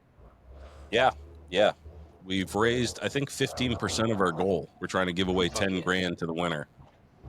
Sorry so about this sick. bike driving by my house right now, interrupting this. You should say that again. Pitch it real quick. Oh, The- just oh, that the we event? Yeah. What you say you're giving away a bunch of money next year, or is it on the? All right, so you guys, No. all right, you still have a week to enter. If you guys have a project, Loctite, you should strip down your bike and enter. But Take it apart and back. It's new. just make it you new. can strip it down, dude. Strip it down to nothing, and then take a picture and enter it. You could win some money. Yeah, how crazy we're- would that be? All of a sudden, Loctite comes and wins the $10,000. I think people start well, fucking. me and Dan aren't voting. people We have pull out the celebrity fucking judges. nooses, dude. We're Yeah, not when- the judges. Yeah, celebrity judges that I'm also homies with. What was the name of that show? Idle Hands Show. We had that happen once. Idle, yeah, Idle Hands. we had that happen before. Oh, in Connecticut, right? The OGs. The Yeah. OGs We will won't know. speak. We won't speak of the name, but I did once attend gotta- a show where the I there remember was some chicane. that episode where you had that person on and you were like, what happened? Like, I was like, oh, dude, dishing the tea. Like, it was like, Yeah. this is Well, important. the funny part was there's never been anything in Connecticut, chopper wise. There's never been anything in Connecticut. So then this show just got amped up to people like, no, I'm telling you, Connecticut's dope, blah blah blah. So everybody came out, and it wasn't No dope. bueno. It wasn't It dope. wasn't dope. It was shady as fuck. Dude, wasn't was there so no shady. drinking? There was no drinking. It was in literally a cow like stable. Like there was cow patties everywhere. Like you're rolling your bike through cow. Like it looked like they pushed the cows out before we got there. Oh yeah. It was just in a field, which was cool. Like I like that kind of shit. But then it started getting real weird around like voting time. And the first guy that was involved in the show took best chopper. And then the other guy who was like money backing the show won the grand prize money. Yeah, there was a very It was bizarre. real weird. They're like, it was people's choice. We didn't do it. And I'm like, oh. Mm.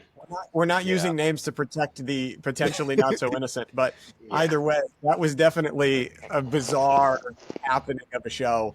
They got, but they got what? What's that one? Stafford Springs. They get like a swap meet in Connecticut. Yeah, so yeah. That's like the only thing in Connecticut. which is a shame because they should do more there. They got no helmet laws and no inspections. So you And would it's a think beautiful place to ride.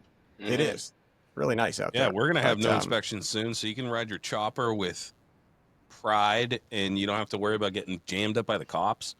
And if a cop I mean, pulls that's me what over, I've it been doesn't doing my go into whole life. effect till 2026 or whatever. But if they pull me over, I'm going to be like, I thought they got rid of that gay shit. You know? What are they going to do? Get a ticket for it? Rhino's the only person I know that's been pulled over multiple times for no inspection sticker. I All the have time, been dude. riding. I started riding motorcycles when I was 16. I've never had an inspection sticker on a motorcycle. I've also never had an inspection sticker. It's wild. Only on a brand new one. I live out in I'll the be fucking honest. boons. They have nothing, no crime, dude. I'll be honest. I don't even know where you put an inspection sticker on a motorcycle. I have not a fucking Supposed to be clue. on the fork. Yeah. Yeah, Yeah. front, left fork. That's why Rhino got a Springer, so he could say, well, it doesn't fit. Where am I Yeah. supposed to put this thing? Mm-hmm. How the fuck is a cop seeing an inspection No, I sticker just on a what I left do. fork of a Here's my new motorcycle trick: is I while just you're always riding? have. I always have Fat Man Custom Motors in my GPS, and when I get pulled over, I go, "I'm going to get it inspected right now." And the cop goes, "You're going to get it inspected right now." I go, "Dude, it's in my GPS. I'm going to fucking get it inspected right now." It's actually worked once. There you go. Better than none. Yeah. Yeah. I've never Yeah. been asked. I've been pulled over multiple times, and I've never had a cop I say, get pulled over specifically for that reason. Like they don't pull me over for speeding, insane. and then That is it's so the odd. only it's the reason I get pulled over. And in fact, I get pulled over in my cars too. I've actually had a cop see me go by like on my road, and he pulls into my driveway, and he fucking tapping on the window of my car, like, "Hey, you don't have an inspection sticker on this fucking thing." Dude, I just got my first inspection sticker on my truck. That's fucking nuts. I don't dude. do inspection stickers on my vehicles either. I just put my dump sticker where the inspection sticker goes. Yeah. Rhino, you got to tell that man this is a Carvana car. Don't even speak to me. Yeah. You know, the funny thing is, I had open containers in the car. I think I was coming back from like Dan's house or something. I had like 3 open beers. I had one in the fucking center console. I didn't see him pull in my driveway, and I think I was finishing up a podcast or something. Like there's like 2 minutes left or something when I pulled in, and I was just sitting there, and then he knocks on my window, and I'm like, "What the fuck, dude?" Yeah, and he's trying to. I opened my door too. I didn't unroll the window. I opened my door, and there's empty cans in the door. I don't drive drunk. I drink and drive, though. I want to make it's an important distinction. Unless Understood. I had some heady toppers, then I might be drinking and driving. Yeah, I don't do those. That's the Good thing last they don't sell- time. You brought That's those, the la- Dan. You went. that's the You were last coming time back I from bought Vermont those. or some shit. Yeah, I got them for that very reason, and they did their job, and I have not bought them since. I remember Grease didn't even want to put that episode out. I remember that. I don't He even did want have to edit out a He was couple like, of things. he's like, we and I'm glad he shouldn't. did. He was like, we should not release this, and I was like, we got to. Yeah. We ain't got nothing else. Gold. Yeah. Podcast gold. I want to It take is- all this out.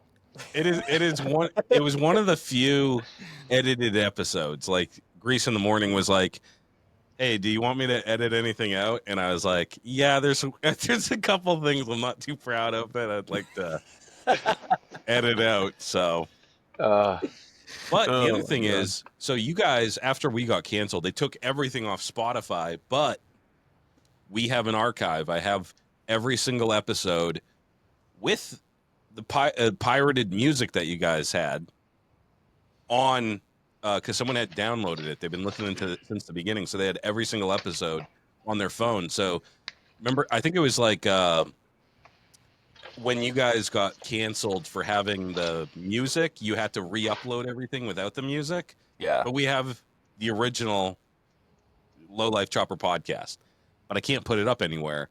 Right, They'll right. take it right back down. So I think I'm gonna put it on Patreon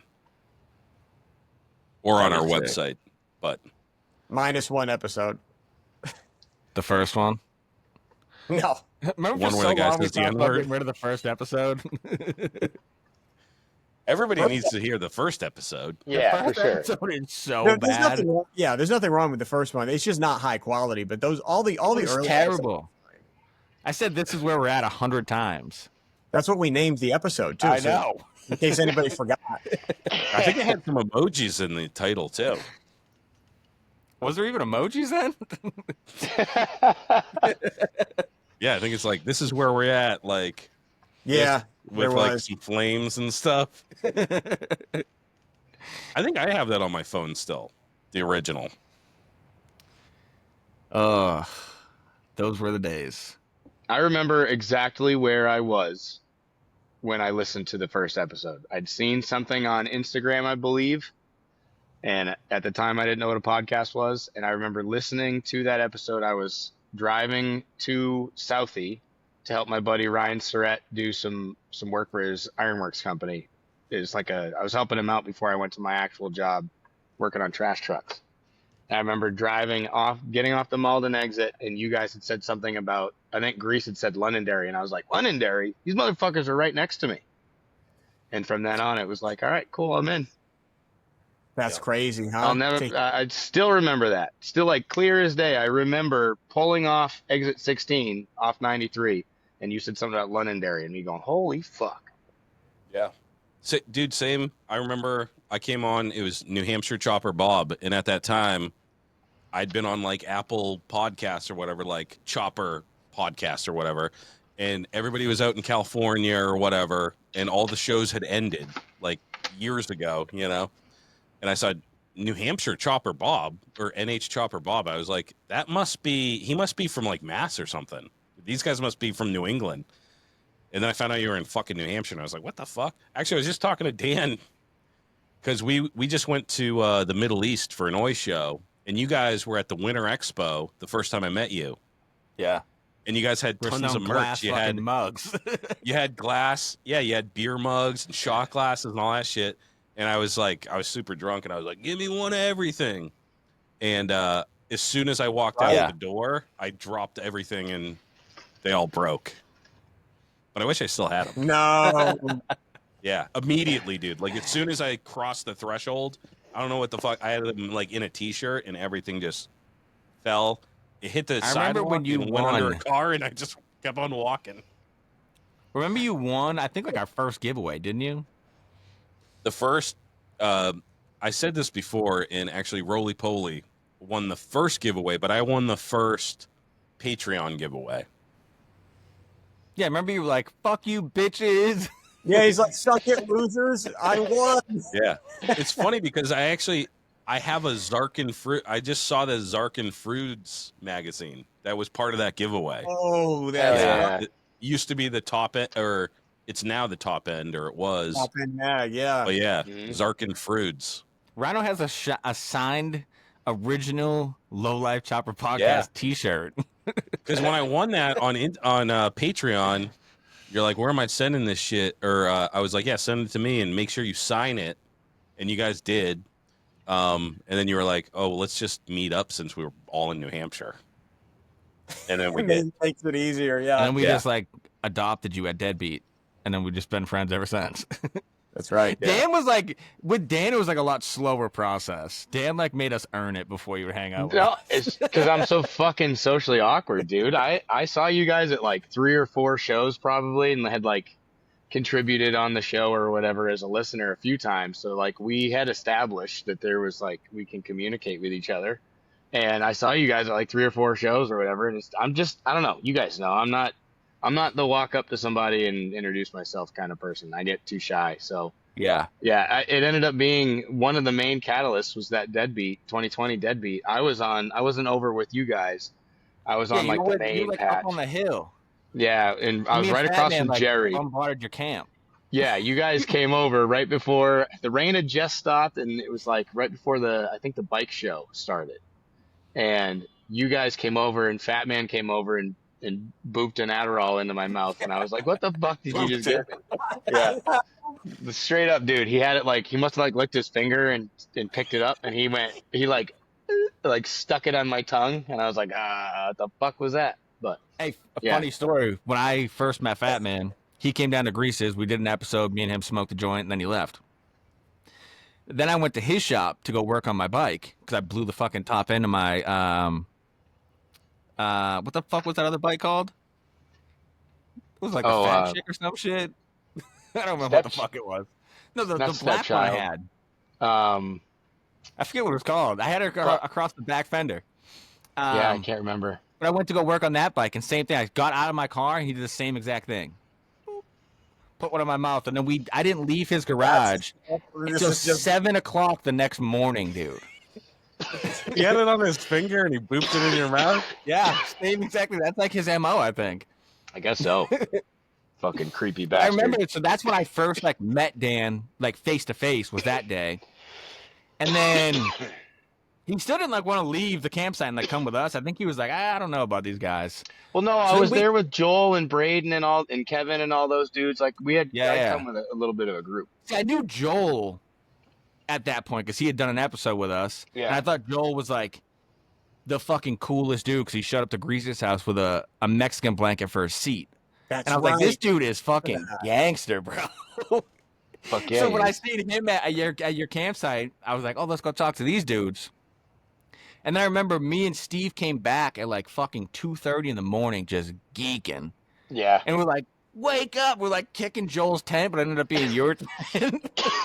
Yep. Yeah. And you guys were there too for the that was an it was like interesting deadbeat. 60 people playing stump.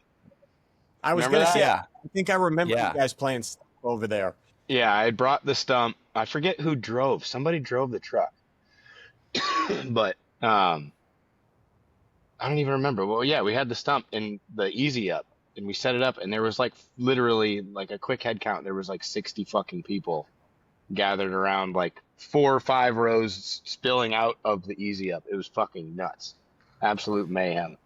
It's pretty amazing, like the timing of it all. You know, like how because not everybody had like a bunch of bikes. Like everybody was kind of like working on their first, or like, and then the show came along and it kind of like brought everybody together. And there's a lot of dudes still in it. Like dude, Fish Tank Whiskey, shout out. He's the longest term Patreon.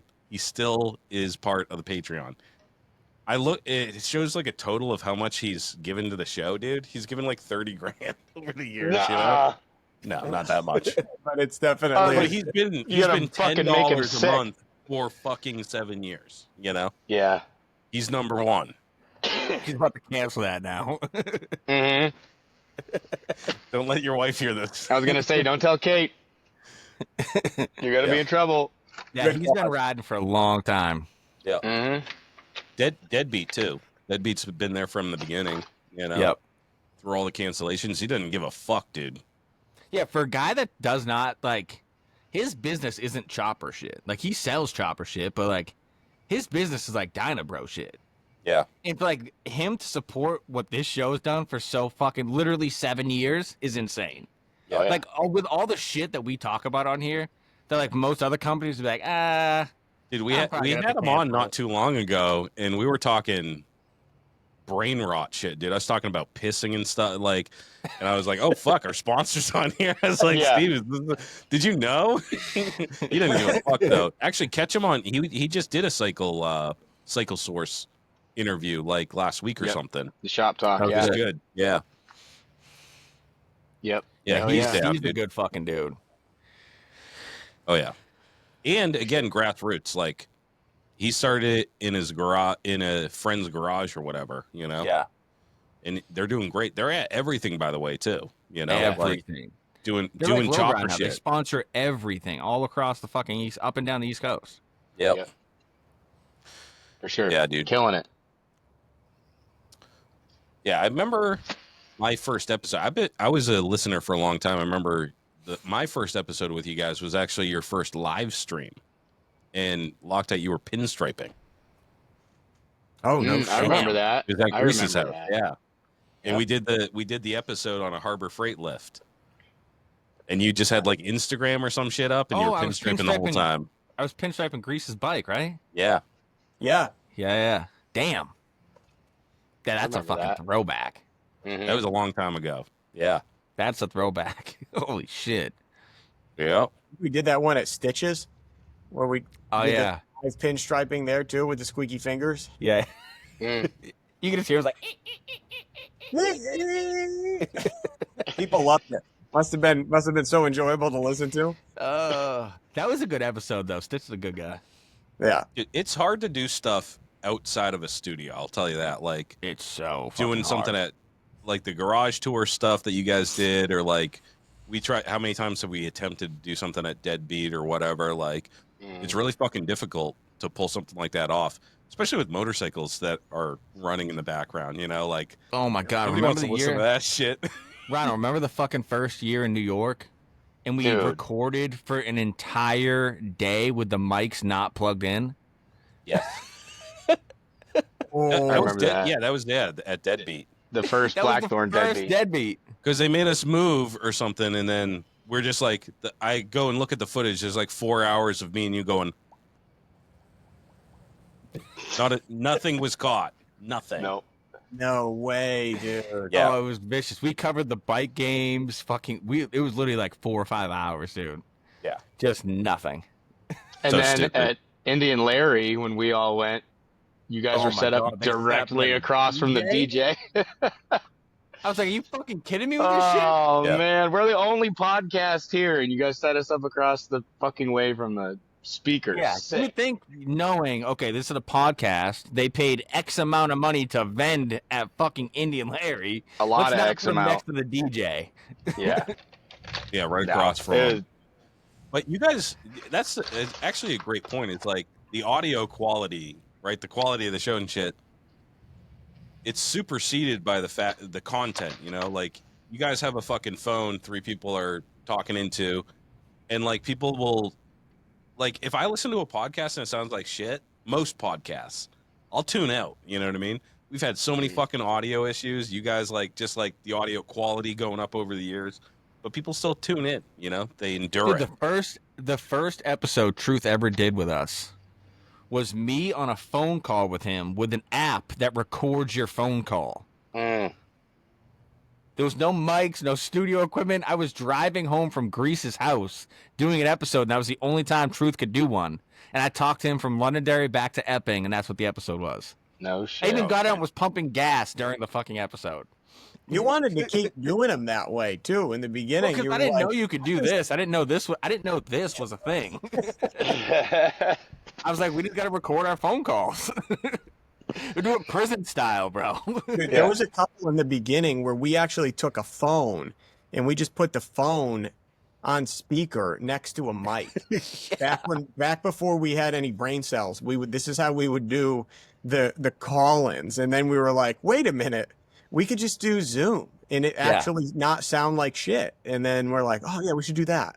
So then we started doing that and we moved it into the next era. But it's like they always say, like people will put up with bad video, but they will not put up with bad audio. Yeah. Audio, No, it's tough. they'll turn it off because it literally hurts your ears. And sometimes, obviously, bad video, you scratch your eyes on the pixels, but like you can get through it if you're mainly there for the content of the words, right? You don't really care if it's 720 or 480 or whatever, but it's got to be crisp Yeah. for the audio. I still fuck up audio. Audio is really hard to get right, you know? Like, I still fuck it up sometimes. Like, sometimes there's an echo. Sometimes there's fucking something in the background. In fact, the first one we did with Truth, audio is wicked fucked, dude. Yeah, I took that was like a big 10 shots of fucking concrete- tequila, dude. I was Yeah. on smelling salts, dude, just to stay awake. And the audio was terrible.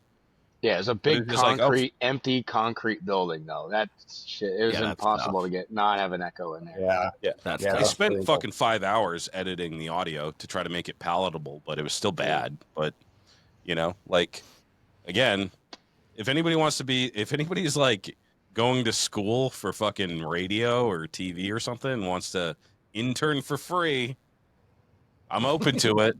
Intern Yeah. for experience, not free. Looking for audio experience, engineering. college podcast. credit, right? I'll sign off on that shit. Yeah, hand me the form, right? You're like, I'll just whatever your yeah. teacher needs here. Well, Yeah, because like you guys were saying, this is the best part of doing the show is when you just you're just recording and shooting the breeze, and you don't have to Yeah, you're this not is even the easy thinking about part. any of that stuff, you know. Yeah. And thankfully, I'll be honest, this show would not have lasted if I didn't start it with Grease, because Grease already had the music background, so he knew how to mix shit Right. and make it sound good. And like there was times where he'd be like, "This isn't working," and like this dude built a studio in his fucking basement, like soundproof the entire fucking room, dude, before he did anything else in this brand new house he just got. You know what I mean? He's doing fucking rehabbing the basement.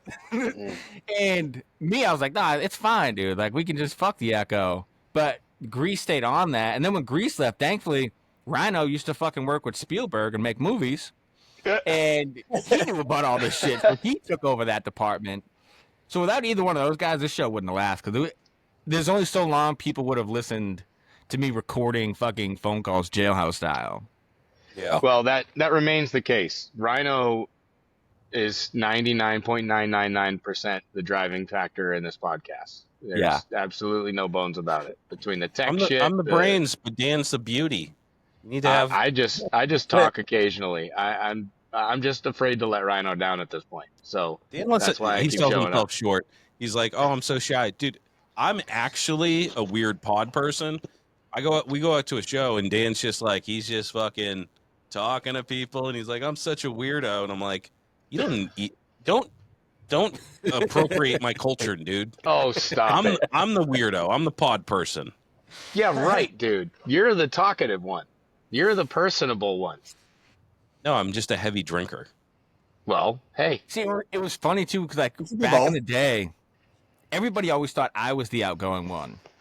But then when we get the shows, and Grease was the one that would like go out of his way to like talk to people and like make sure like he like represented the podcast, and I would just be over there and like people like I was gonna say hi, but Loctite looked mad, and it's like You were very mad at that just- at the winter social or the I'm winter not good at expo. talking to people. Well, that's I was that's like, great hey at it. guys, I love the show, and Grease was like, that guy right there, and you were like digging in a box of T-shirts or something. You're like, what's up? You definitely weren't outgoing. that's one Well, thing that You were the one that did throw your arm around me and asked me to live with you at Deadbeat, and that you just got all to catch about the him moment. at the right time. Yeah, Yeah, the moment. when you talk to him, there were so many people though during that. They're like, Loctite looked mad, and I'm like, he just you got to talk to him anyway. It doesn't matter. He's not mad. Don't stop thinking that. He's fine. So many times we would get that comment after every show we went to. We're like, bitches, you think we're buying these fucking paying for these booths for you not to come over and say hi? Yeah, Yeah. Loctite is always mad. It's okay though. He's not gonna bite. I usually am like mad, a pit but bull. I'll still talk to you. Yeah. I'll fake a smile and talk to you. That's one of the things I will say that as far as what this podcast has done for me personally, when I started doing it, I kind of had to have a little bit of a talk with myself and be like, listen, you are putting yourself out there for people now. Like people are going to listen to this shit, and you have to adopt some sort of a personable disposition when you're out in public. Like you have to be okay. You can't crumble every time somebody comes up to you or whatever. If you see somebody who, it makes sense to introduce yourself to or whatever, like you need to be able to fucking do that. And I've just been throwing myself at situations in public because of it. You know what I mean? Yeah. Like I'm not comfortable in any of it, but it's one of those things where, you realize after the fact, it's like, oh, that wasn't hard to do. Like I just talked to X, influential, aspirational person or whatever. And they talked to me like a human being and didn't think I was a retard, and I gained something out of it. You know what I mean? Yeah. So it's like, it's been good for me that way. And honestly, it's kind of affected like in general, like just how I am in public now. I'm not as coy in public or whatever. And I'm a little more willing to use my voice now. So that's something that, Well, I think what people don't understand too is like, if I see you walking by a show, chances are I don't know who you are by what you look like. So I'm not gonna be like, hey, yo! You know what I mean? Yeah. You know everything about me because you watch me every week. You've Mhm. heard me for fucking 7 years or whatever, 6 years. I don't know shit about you. You know what I mean? I don't even know These you. chopper guys aren't taking selfies, dude. They take pictures of their bike. Yeah. And like when we went out to Ohio, we're sitting there talking to this guy, and until you give me your Instagram name, I have no idea who you are because Yeah. I've only seen your bike. I've only seen your hand like holding a fucking bush peach or something. Like I've never seen your face, and I definitely don't know your real name. So if you come up to me and you're like, "Oh, I'm Gerald," like no idea, dude. That I was used to wild. hate that. When Well, we did the I always thought that was giveaways, ridiculous, yeah. when we Like, did the giveaways, they'd be like, yeah, this is Josh McClellan. I'm like, who the fuck is that? And you didn't even leave a number or anything. How am I supposed to get a hold of you? Oh yeah.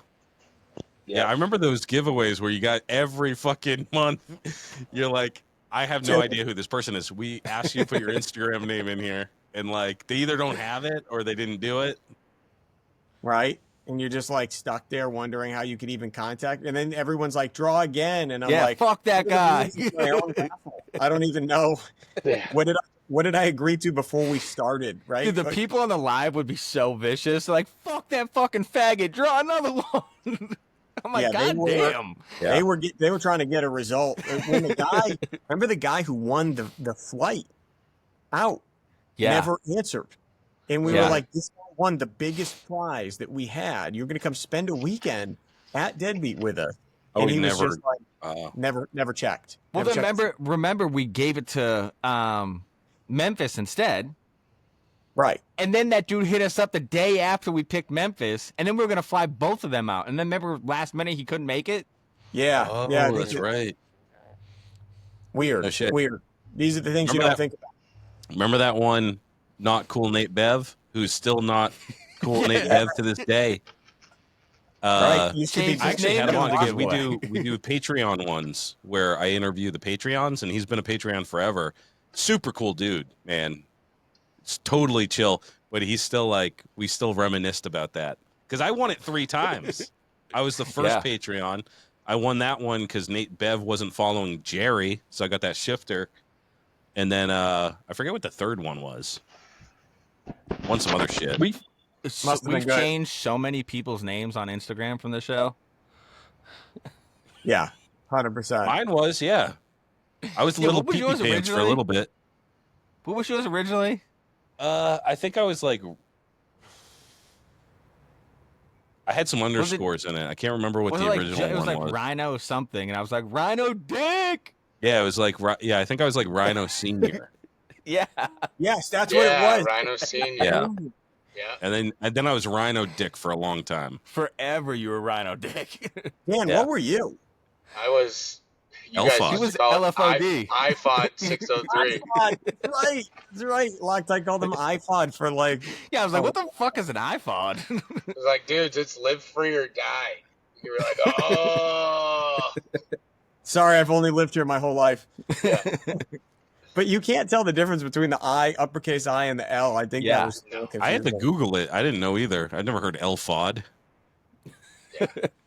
It was AI generated when you signed up. Yeah.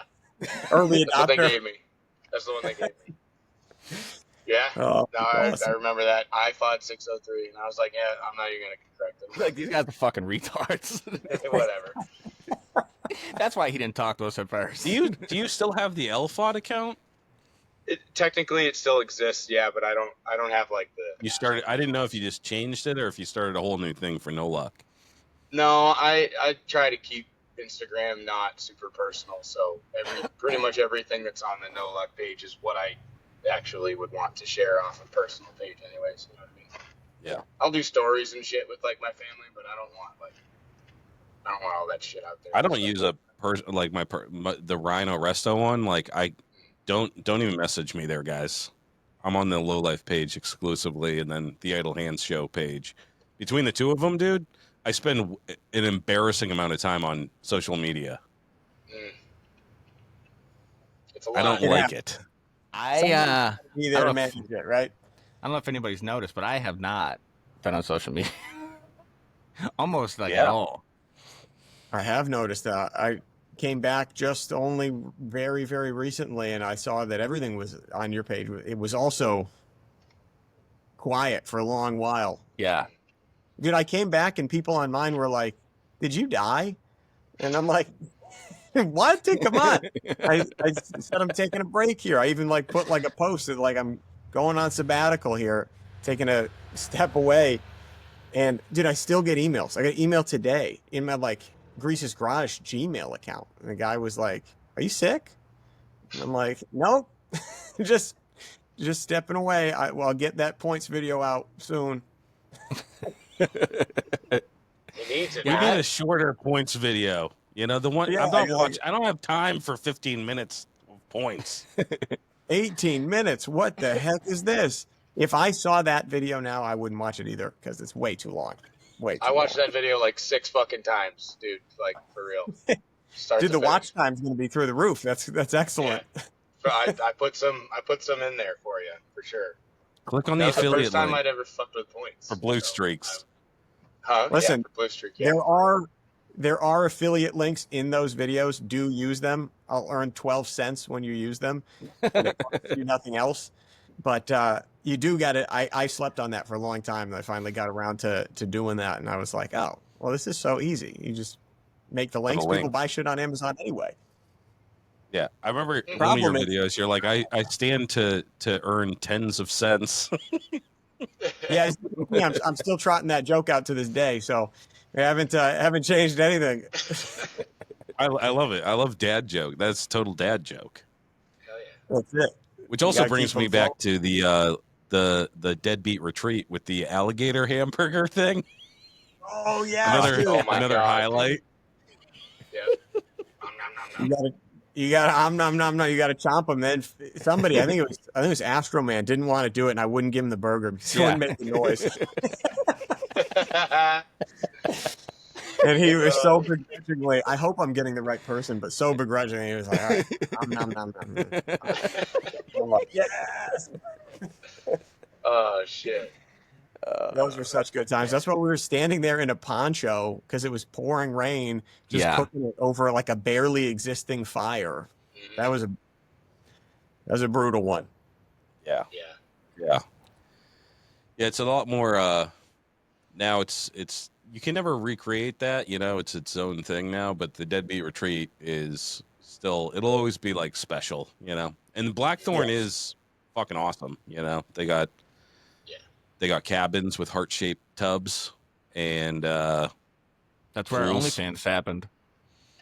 yeah, yep. Yep. We got an OnlyFans. We have 0 subscribers. You don't say. I've been begging Dan to do some solo stuff on there, but Oh, you guys would kill it. He's trying to get me to take videos of myself fucking jackhammering my front steps. Dude, no, I'm not gonna do that. Come on, Rhino fucking laid naked in a heart-shaped jacuzzi for the fucking cover photo. I would do that. But I wouldn't fucking film myself doing dude. yard work. if we do that, we're gonna get number one. We're gonna get all the you're gonna attract the guys that like the Twinks, and I'll get the guys that are attracted to the Bears. Yep. We'll do the Oh, old shit. switcheroo, dude. They'll think they'll be getting some premium, That's that new Content. crowd I was talking about. and then we'll just upload our podcast to OnlyFans, and they'll be like, "What the fuck is this?" But So we you want to would subscribe have to? had them by that point. We got their money. Yep. See, this Okay, guy I'm don't down. need to do things. He's got a separate business plan here. Yeah, oh yeah. Rhino's I'm always giving got away another all the fucking secrets. plan, dude. Give it 15 minutes, he'll have another one. Oh, I love Yeah. it. Usually involves Um, midgets. The other thing I wanted to ask you guys, number one, I really appreciate you guys coming on because it's going to dispel all the rumors that we had this terrible falling out and none of us are friends anymore. Oh my god! You know how long I heard People that about me and literally are Rich? like, "What the fuck happened?" Like they're Those worried rumors about go it. on forever, and it's just because, like, if you don't do another episode, then people are like, "Oh, there must be a reason that you won't do the episode." But sometimes you don't have, like, you've done it for 5 years, and you're just like, "I'm just gonna take a break." It's not because I hate Yeah. people. I just like don't. You do something know- enough Fridays in a row, you want a little time off. Rhino, you know how many people hit me up and they're like, "You lying piece of shit," about the Fred Talks thing? Oh yeah. That pissed people off way more than I ever thought it would have. They were Yeah. like angry at me, dude. Yeah, that was it was just like the perfect storm, or the perfect time, or the worst timing when you went off. And I think to this day, I think that part of your health problems is just not spending an hour or two of your time with me a week. It could Your be. body just It with could having be. I mean, I don't withdrawals. know if it'd be one hell of a coincidence if that's not it. But yeah, man. I mean, I'm super appreciative too that I think it's so cool that you're like, hey, this baby of mine that like we've created, when it was time to split, you weren't like, do your own fucking shit, like you weren't like gatekeeping about it, you were like, yeah, Right. take it, take all the equipment, take the fucking name, take all the Patreon, and I'm super appreciative of everybody that stayed on, like they weren't like, oh, these guys are gone, fuck this guy, like Like they're really, you know, we have the same, a lot of the same people stuck through it all. Like the host changes and all the fucking bullshit. And it's like, if nobody listens to the show, then it's nothing, you know? And obviously some people like you were saying earlier, it's like some guys were Grease guys. And when Grease left, they were like, well, I'm done with this show. And then there was Loctite guys, and some of them left when you left the show.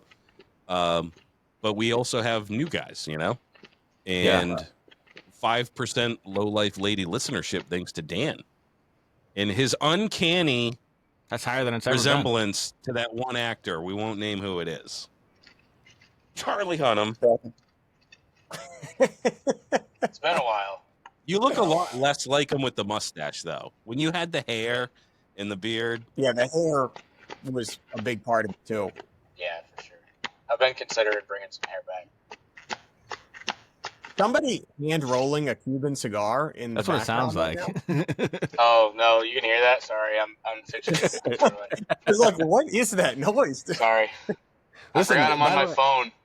If you're watching the video of this and not just listening, this is the dedication that we've been talking about. Dan has been sitting in his work truck after working all day. The sun was up when we started. Look out his window now.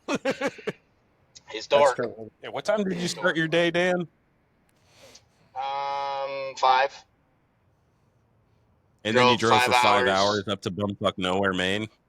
Yeah, well, it's not bumfuck nowhere. I'm in Acadia National Park, baby. It's beautiful up here. Nobody knows what that is.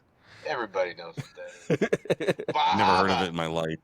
No, I know. Bar Harbor. All right, that makes Yeah, sense. Then. it's Bar Harbor. So basically, I'm one town over from Bar Harbor right now, but I work. My account is actually at the national park. It's Federal National Park. So, Yeah, I remember you going up there once before and doing this. Yeah, it's a yearly thing. It's honestly, it's my favorite overnight of the year. It's awesome. I mean, I'm in Ellsworth, Maine right now, and it's just kind of like a through town or whatever. But getting to work, I'll send you guys some videos that I took today at work. It's just like, it's crazy. You're up in a 70-foot lift. Like, I can't believe I get to. Fuck that, dude. No, but it's You like, couldn't pay me to do that. oh, it's unbelievable. If I knew what I was doing with a camera, I could take like fucking like Pulitzer Prize photos up there. It's crazy. I remember I couldn't even stand on the balcony at our hotel in Brooklyn. And this guy's just I like remember. hanging out. Really? I could not, dude. It was Dude, a at glass Greece, I was balcony, by the way. both of these guys. Me and dude, Loctite they were both riding the were like, wall. there was like there's like the sketch. partitions in between each balcony, between the rooms or Yeah. whatever. And these two Yeah. were like literally like, whoa, like holding on to the partition, like couldn't go Chris, anywhere. we were trying to do a photo shoot when we first got there Yeah. of me and Rhino. We were wearing like the robes that come in the room and all that shit and like the white I saw slippers the, and I shit. saw the photo. Yeah. So we're trying to get like far enough onto the deck so Dan can take the picture. But me and Rhino are scared to death to push back far enough on the deck. Yeah. Really? That's why it looks like our legs are warped. That is wild. You had to take it with the 0.5 settings, or it like widens it out, makes it look like you're Yeah. close Dude, enough. it had glass. It was like a glass balcony, dude. I was like, I am not fucking going out there. Yeah, Dan slept was out there. Him and Billy. No Was it like the fucking 14th way, floor dude. or something? Yeah, it was the. I think it was like 14th 13th floor. Yeah. Sketchy. No, it was fucking awesome. I get to on my deathbed, I get to say that I camped in Brooklyn. You don't camp in That is Brooklyn. That was a camp. Yeah, I slept outside in a fucking blanket. It was freezing. But it was did you awesome. sleep outside because you wanted to, or was it because of my snoring? And be honest. Well, it would have been because of you and Loctite both snore like fucking log factories, but yeah, dude. Got a little touch of the sleep apnea. I don't know what it is. I don't know what it is, man. I don't sleep well in hotels. Like, honestly, I'm staying at a hotel tonight, and it's like I would definitely sleep better back here. If I just put a blanket down in the back of my truck, I would sleep better than I will, for sure, in my hotel room. I don't know what it is. It's fucking strange. You know, dude, I'm weird like that with camping. I cannot. If I'm sleeping in a hammock, I'm not getting shit for sleep. Sleep in a tent, fine. Yeah, same. I can't sleep in a hammock because I move around way too much. I would just I toss end and up turn getting all night in a fucking tied hammock. up. Yeah. Yeah, same. Yeah, I don't know. I don't sleep well in hotels. I think it was last year that I came up here for this trip. It was around the same time of year, and I was like, fuck it, dude, why am I staying in a hotel? Actually, I think I tried to book a hotel, and because it was peak season or whatever, like all the hotel rooms were like $400 or whatever for one night, and I was like, Damn. even though it's a federal customer, like they're gonna balk at a $400 hotel bill. So we were like, what are we gonna do here? And I was like, well, I'll just go to a campground. I brought my tent and some firewood. I bought some firewood down the street or whatever, and I stayed down the road in Bar Harbor on the ocean at a campsite. It was so Oh, sick. hell yeah, dude. Yeah, it was fucking awesome. That's dope. Yeah, for sure. On the ocean, like on the beach? It was right. It wasn't on the beach. It was like a bay type deal, kind of like I don't know what you describe it as, but it was fucking awesome. Yeah. All right, guys, we're at 2 hours and 40 minutes. God damn. I might have to split this up into 2 episodes. I might split this up into 2. Oh, But, the whole damn thing. Yeah, guys, this was awesome catching up. Obviously, we don't spend enough time together, but it was great. You know, for 7 fucking years, a Low Life Chopper podcast, getting together with the originators and catching up. This was awesome. Thank you for having us on, man. It was long overdue to get all of us back on the same chat here, and we definitely hope we do a ride this summer. Got to do at least one. Hell yeah. And huge shout out to you guys. I know you thanked us and this and that and fucking whatever, but huge shout out to you guys because this podcast would not be a thing at this moment if you guys didn't fucking buck up and take it over. So I appreciate the fuck out of that. I know Grease does as well. We put a lot into this podcast, and you guys are carrying it on, so it means a lot. Super proud of both you guys for fucking absolute crushing it. Thanks, dude. Thank you. Appreciate that. Guys, stick around. Until next week, Low Lives, get in the garage, get in trouble, have fun, and never fucking stop chopping.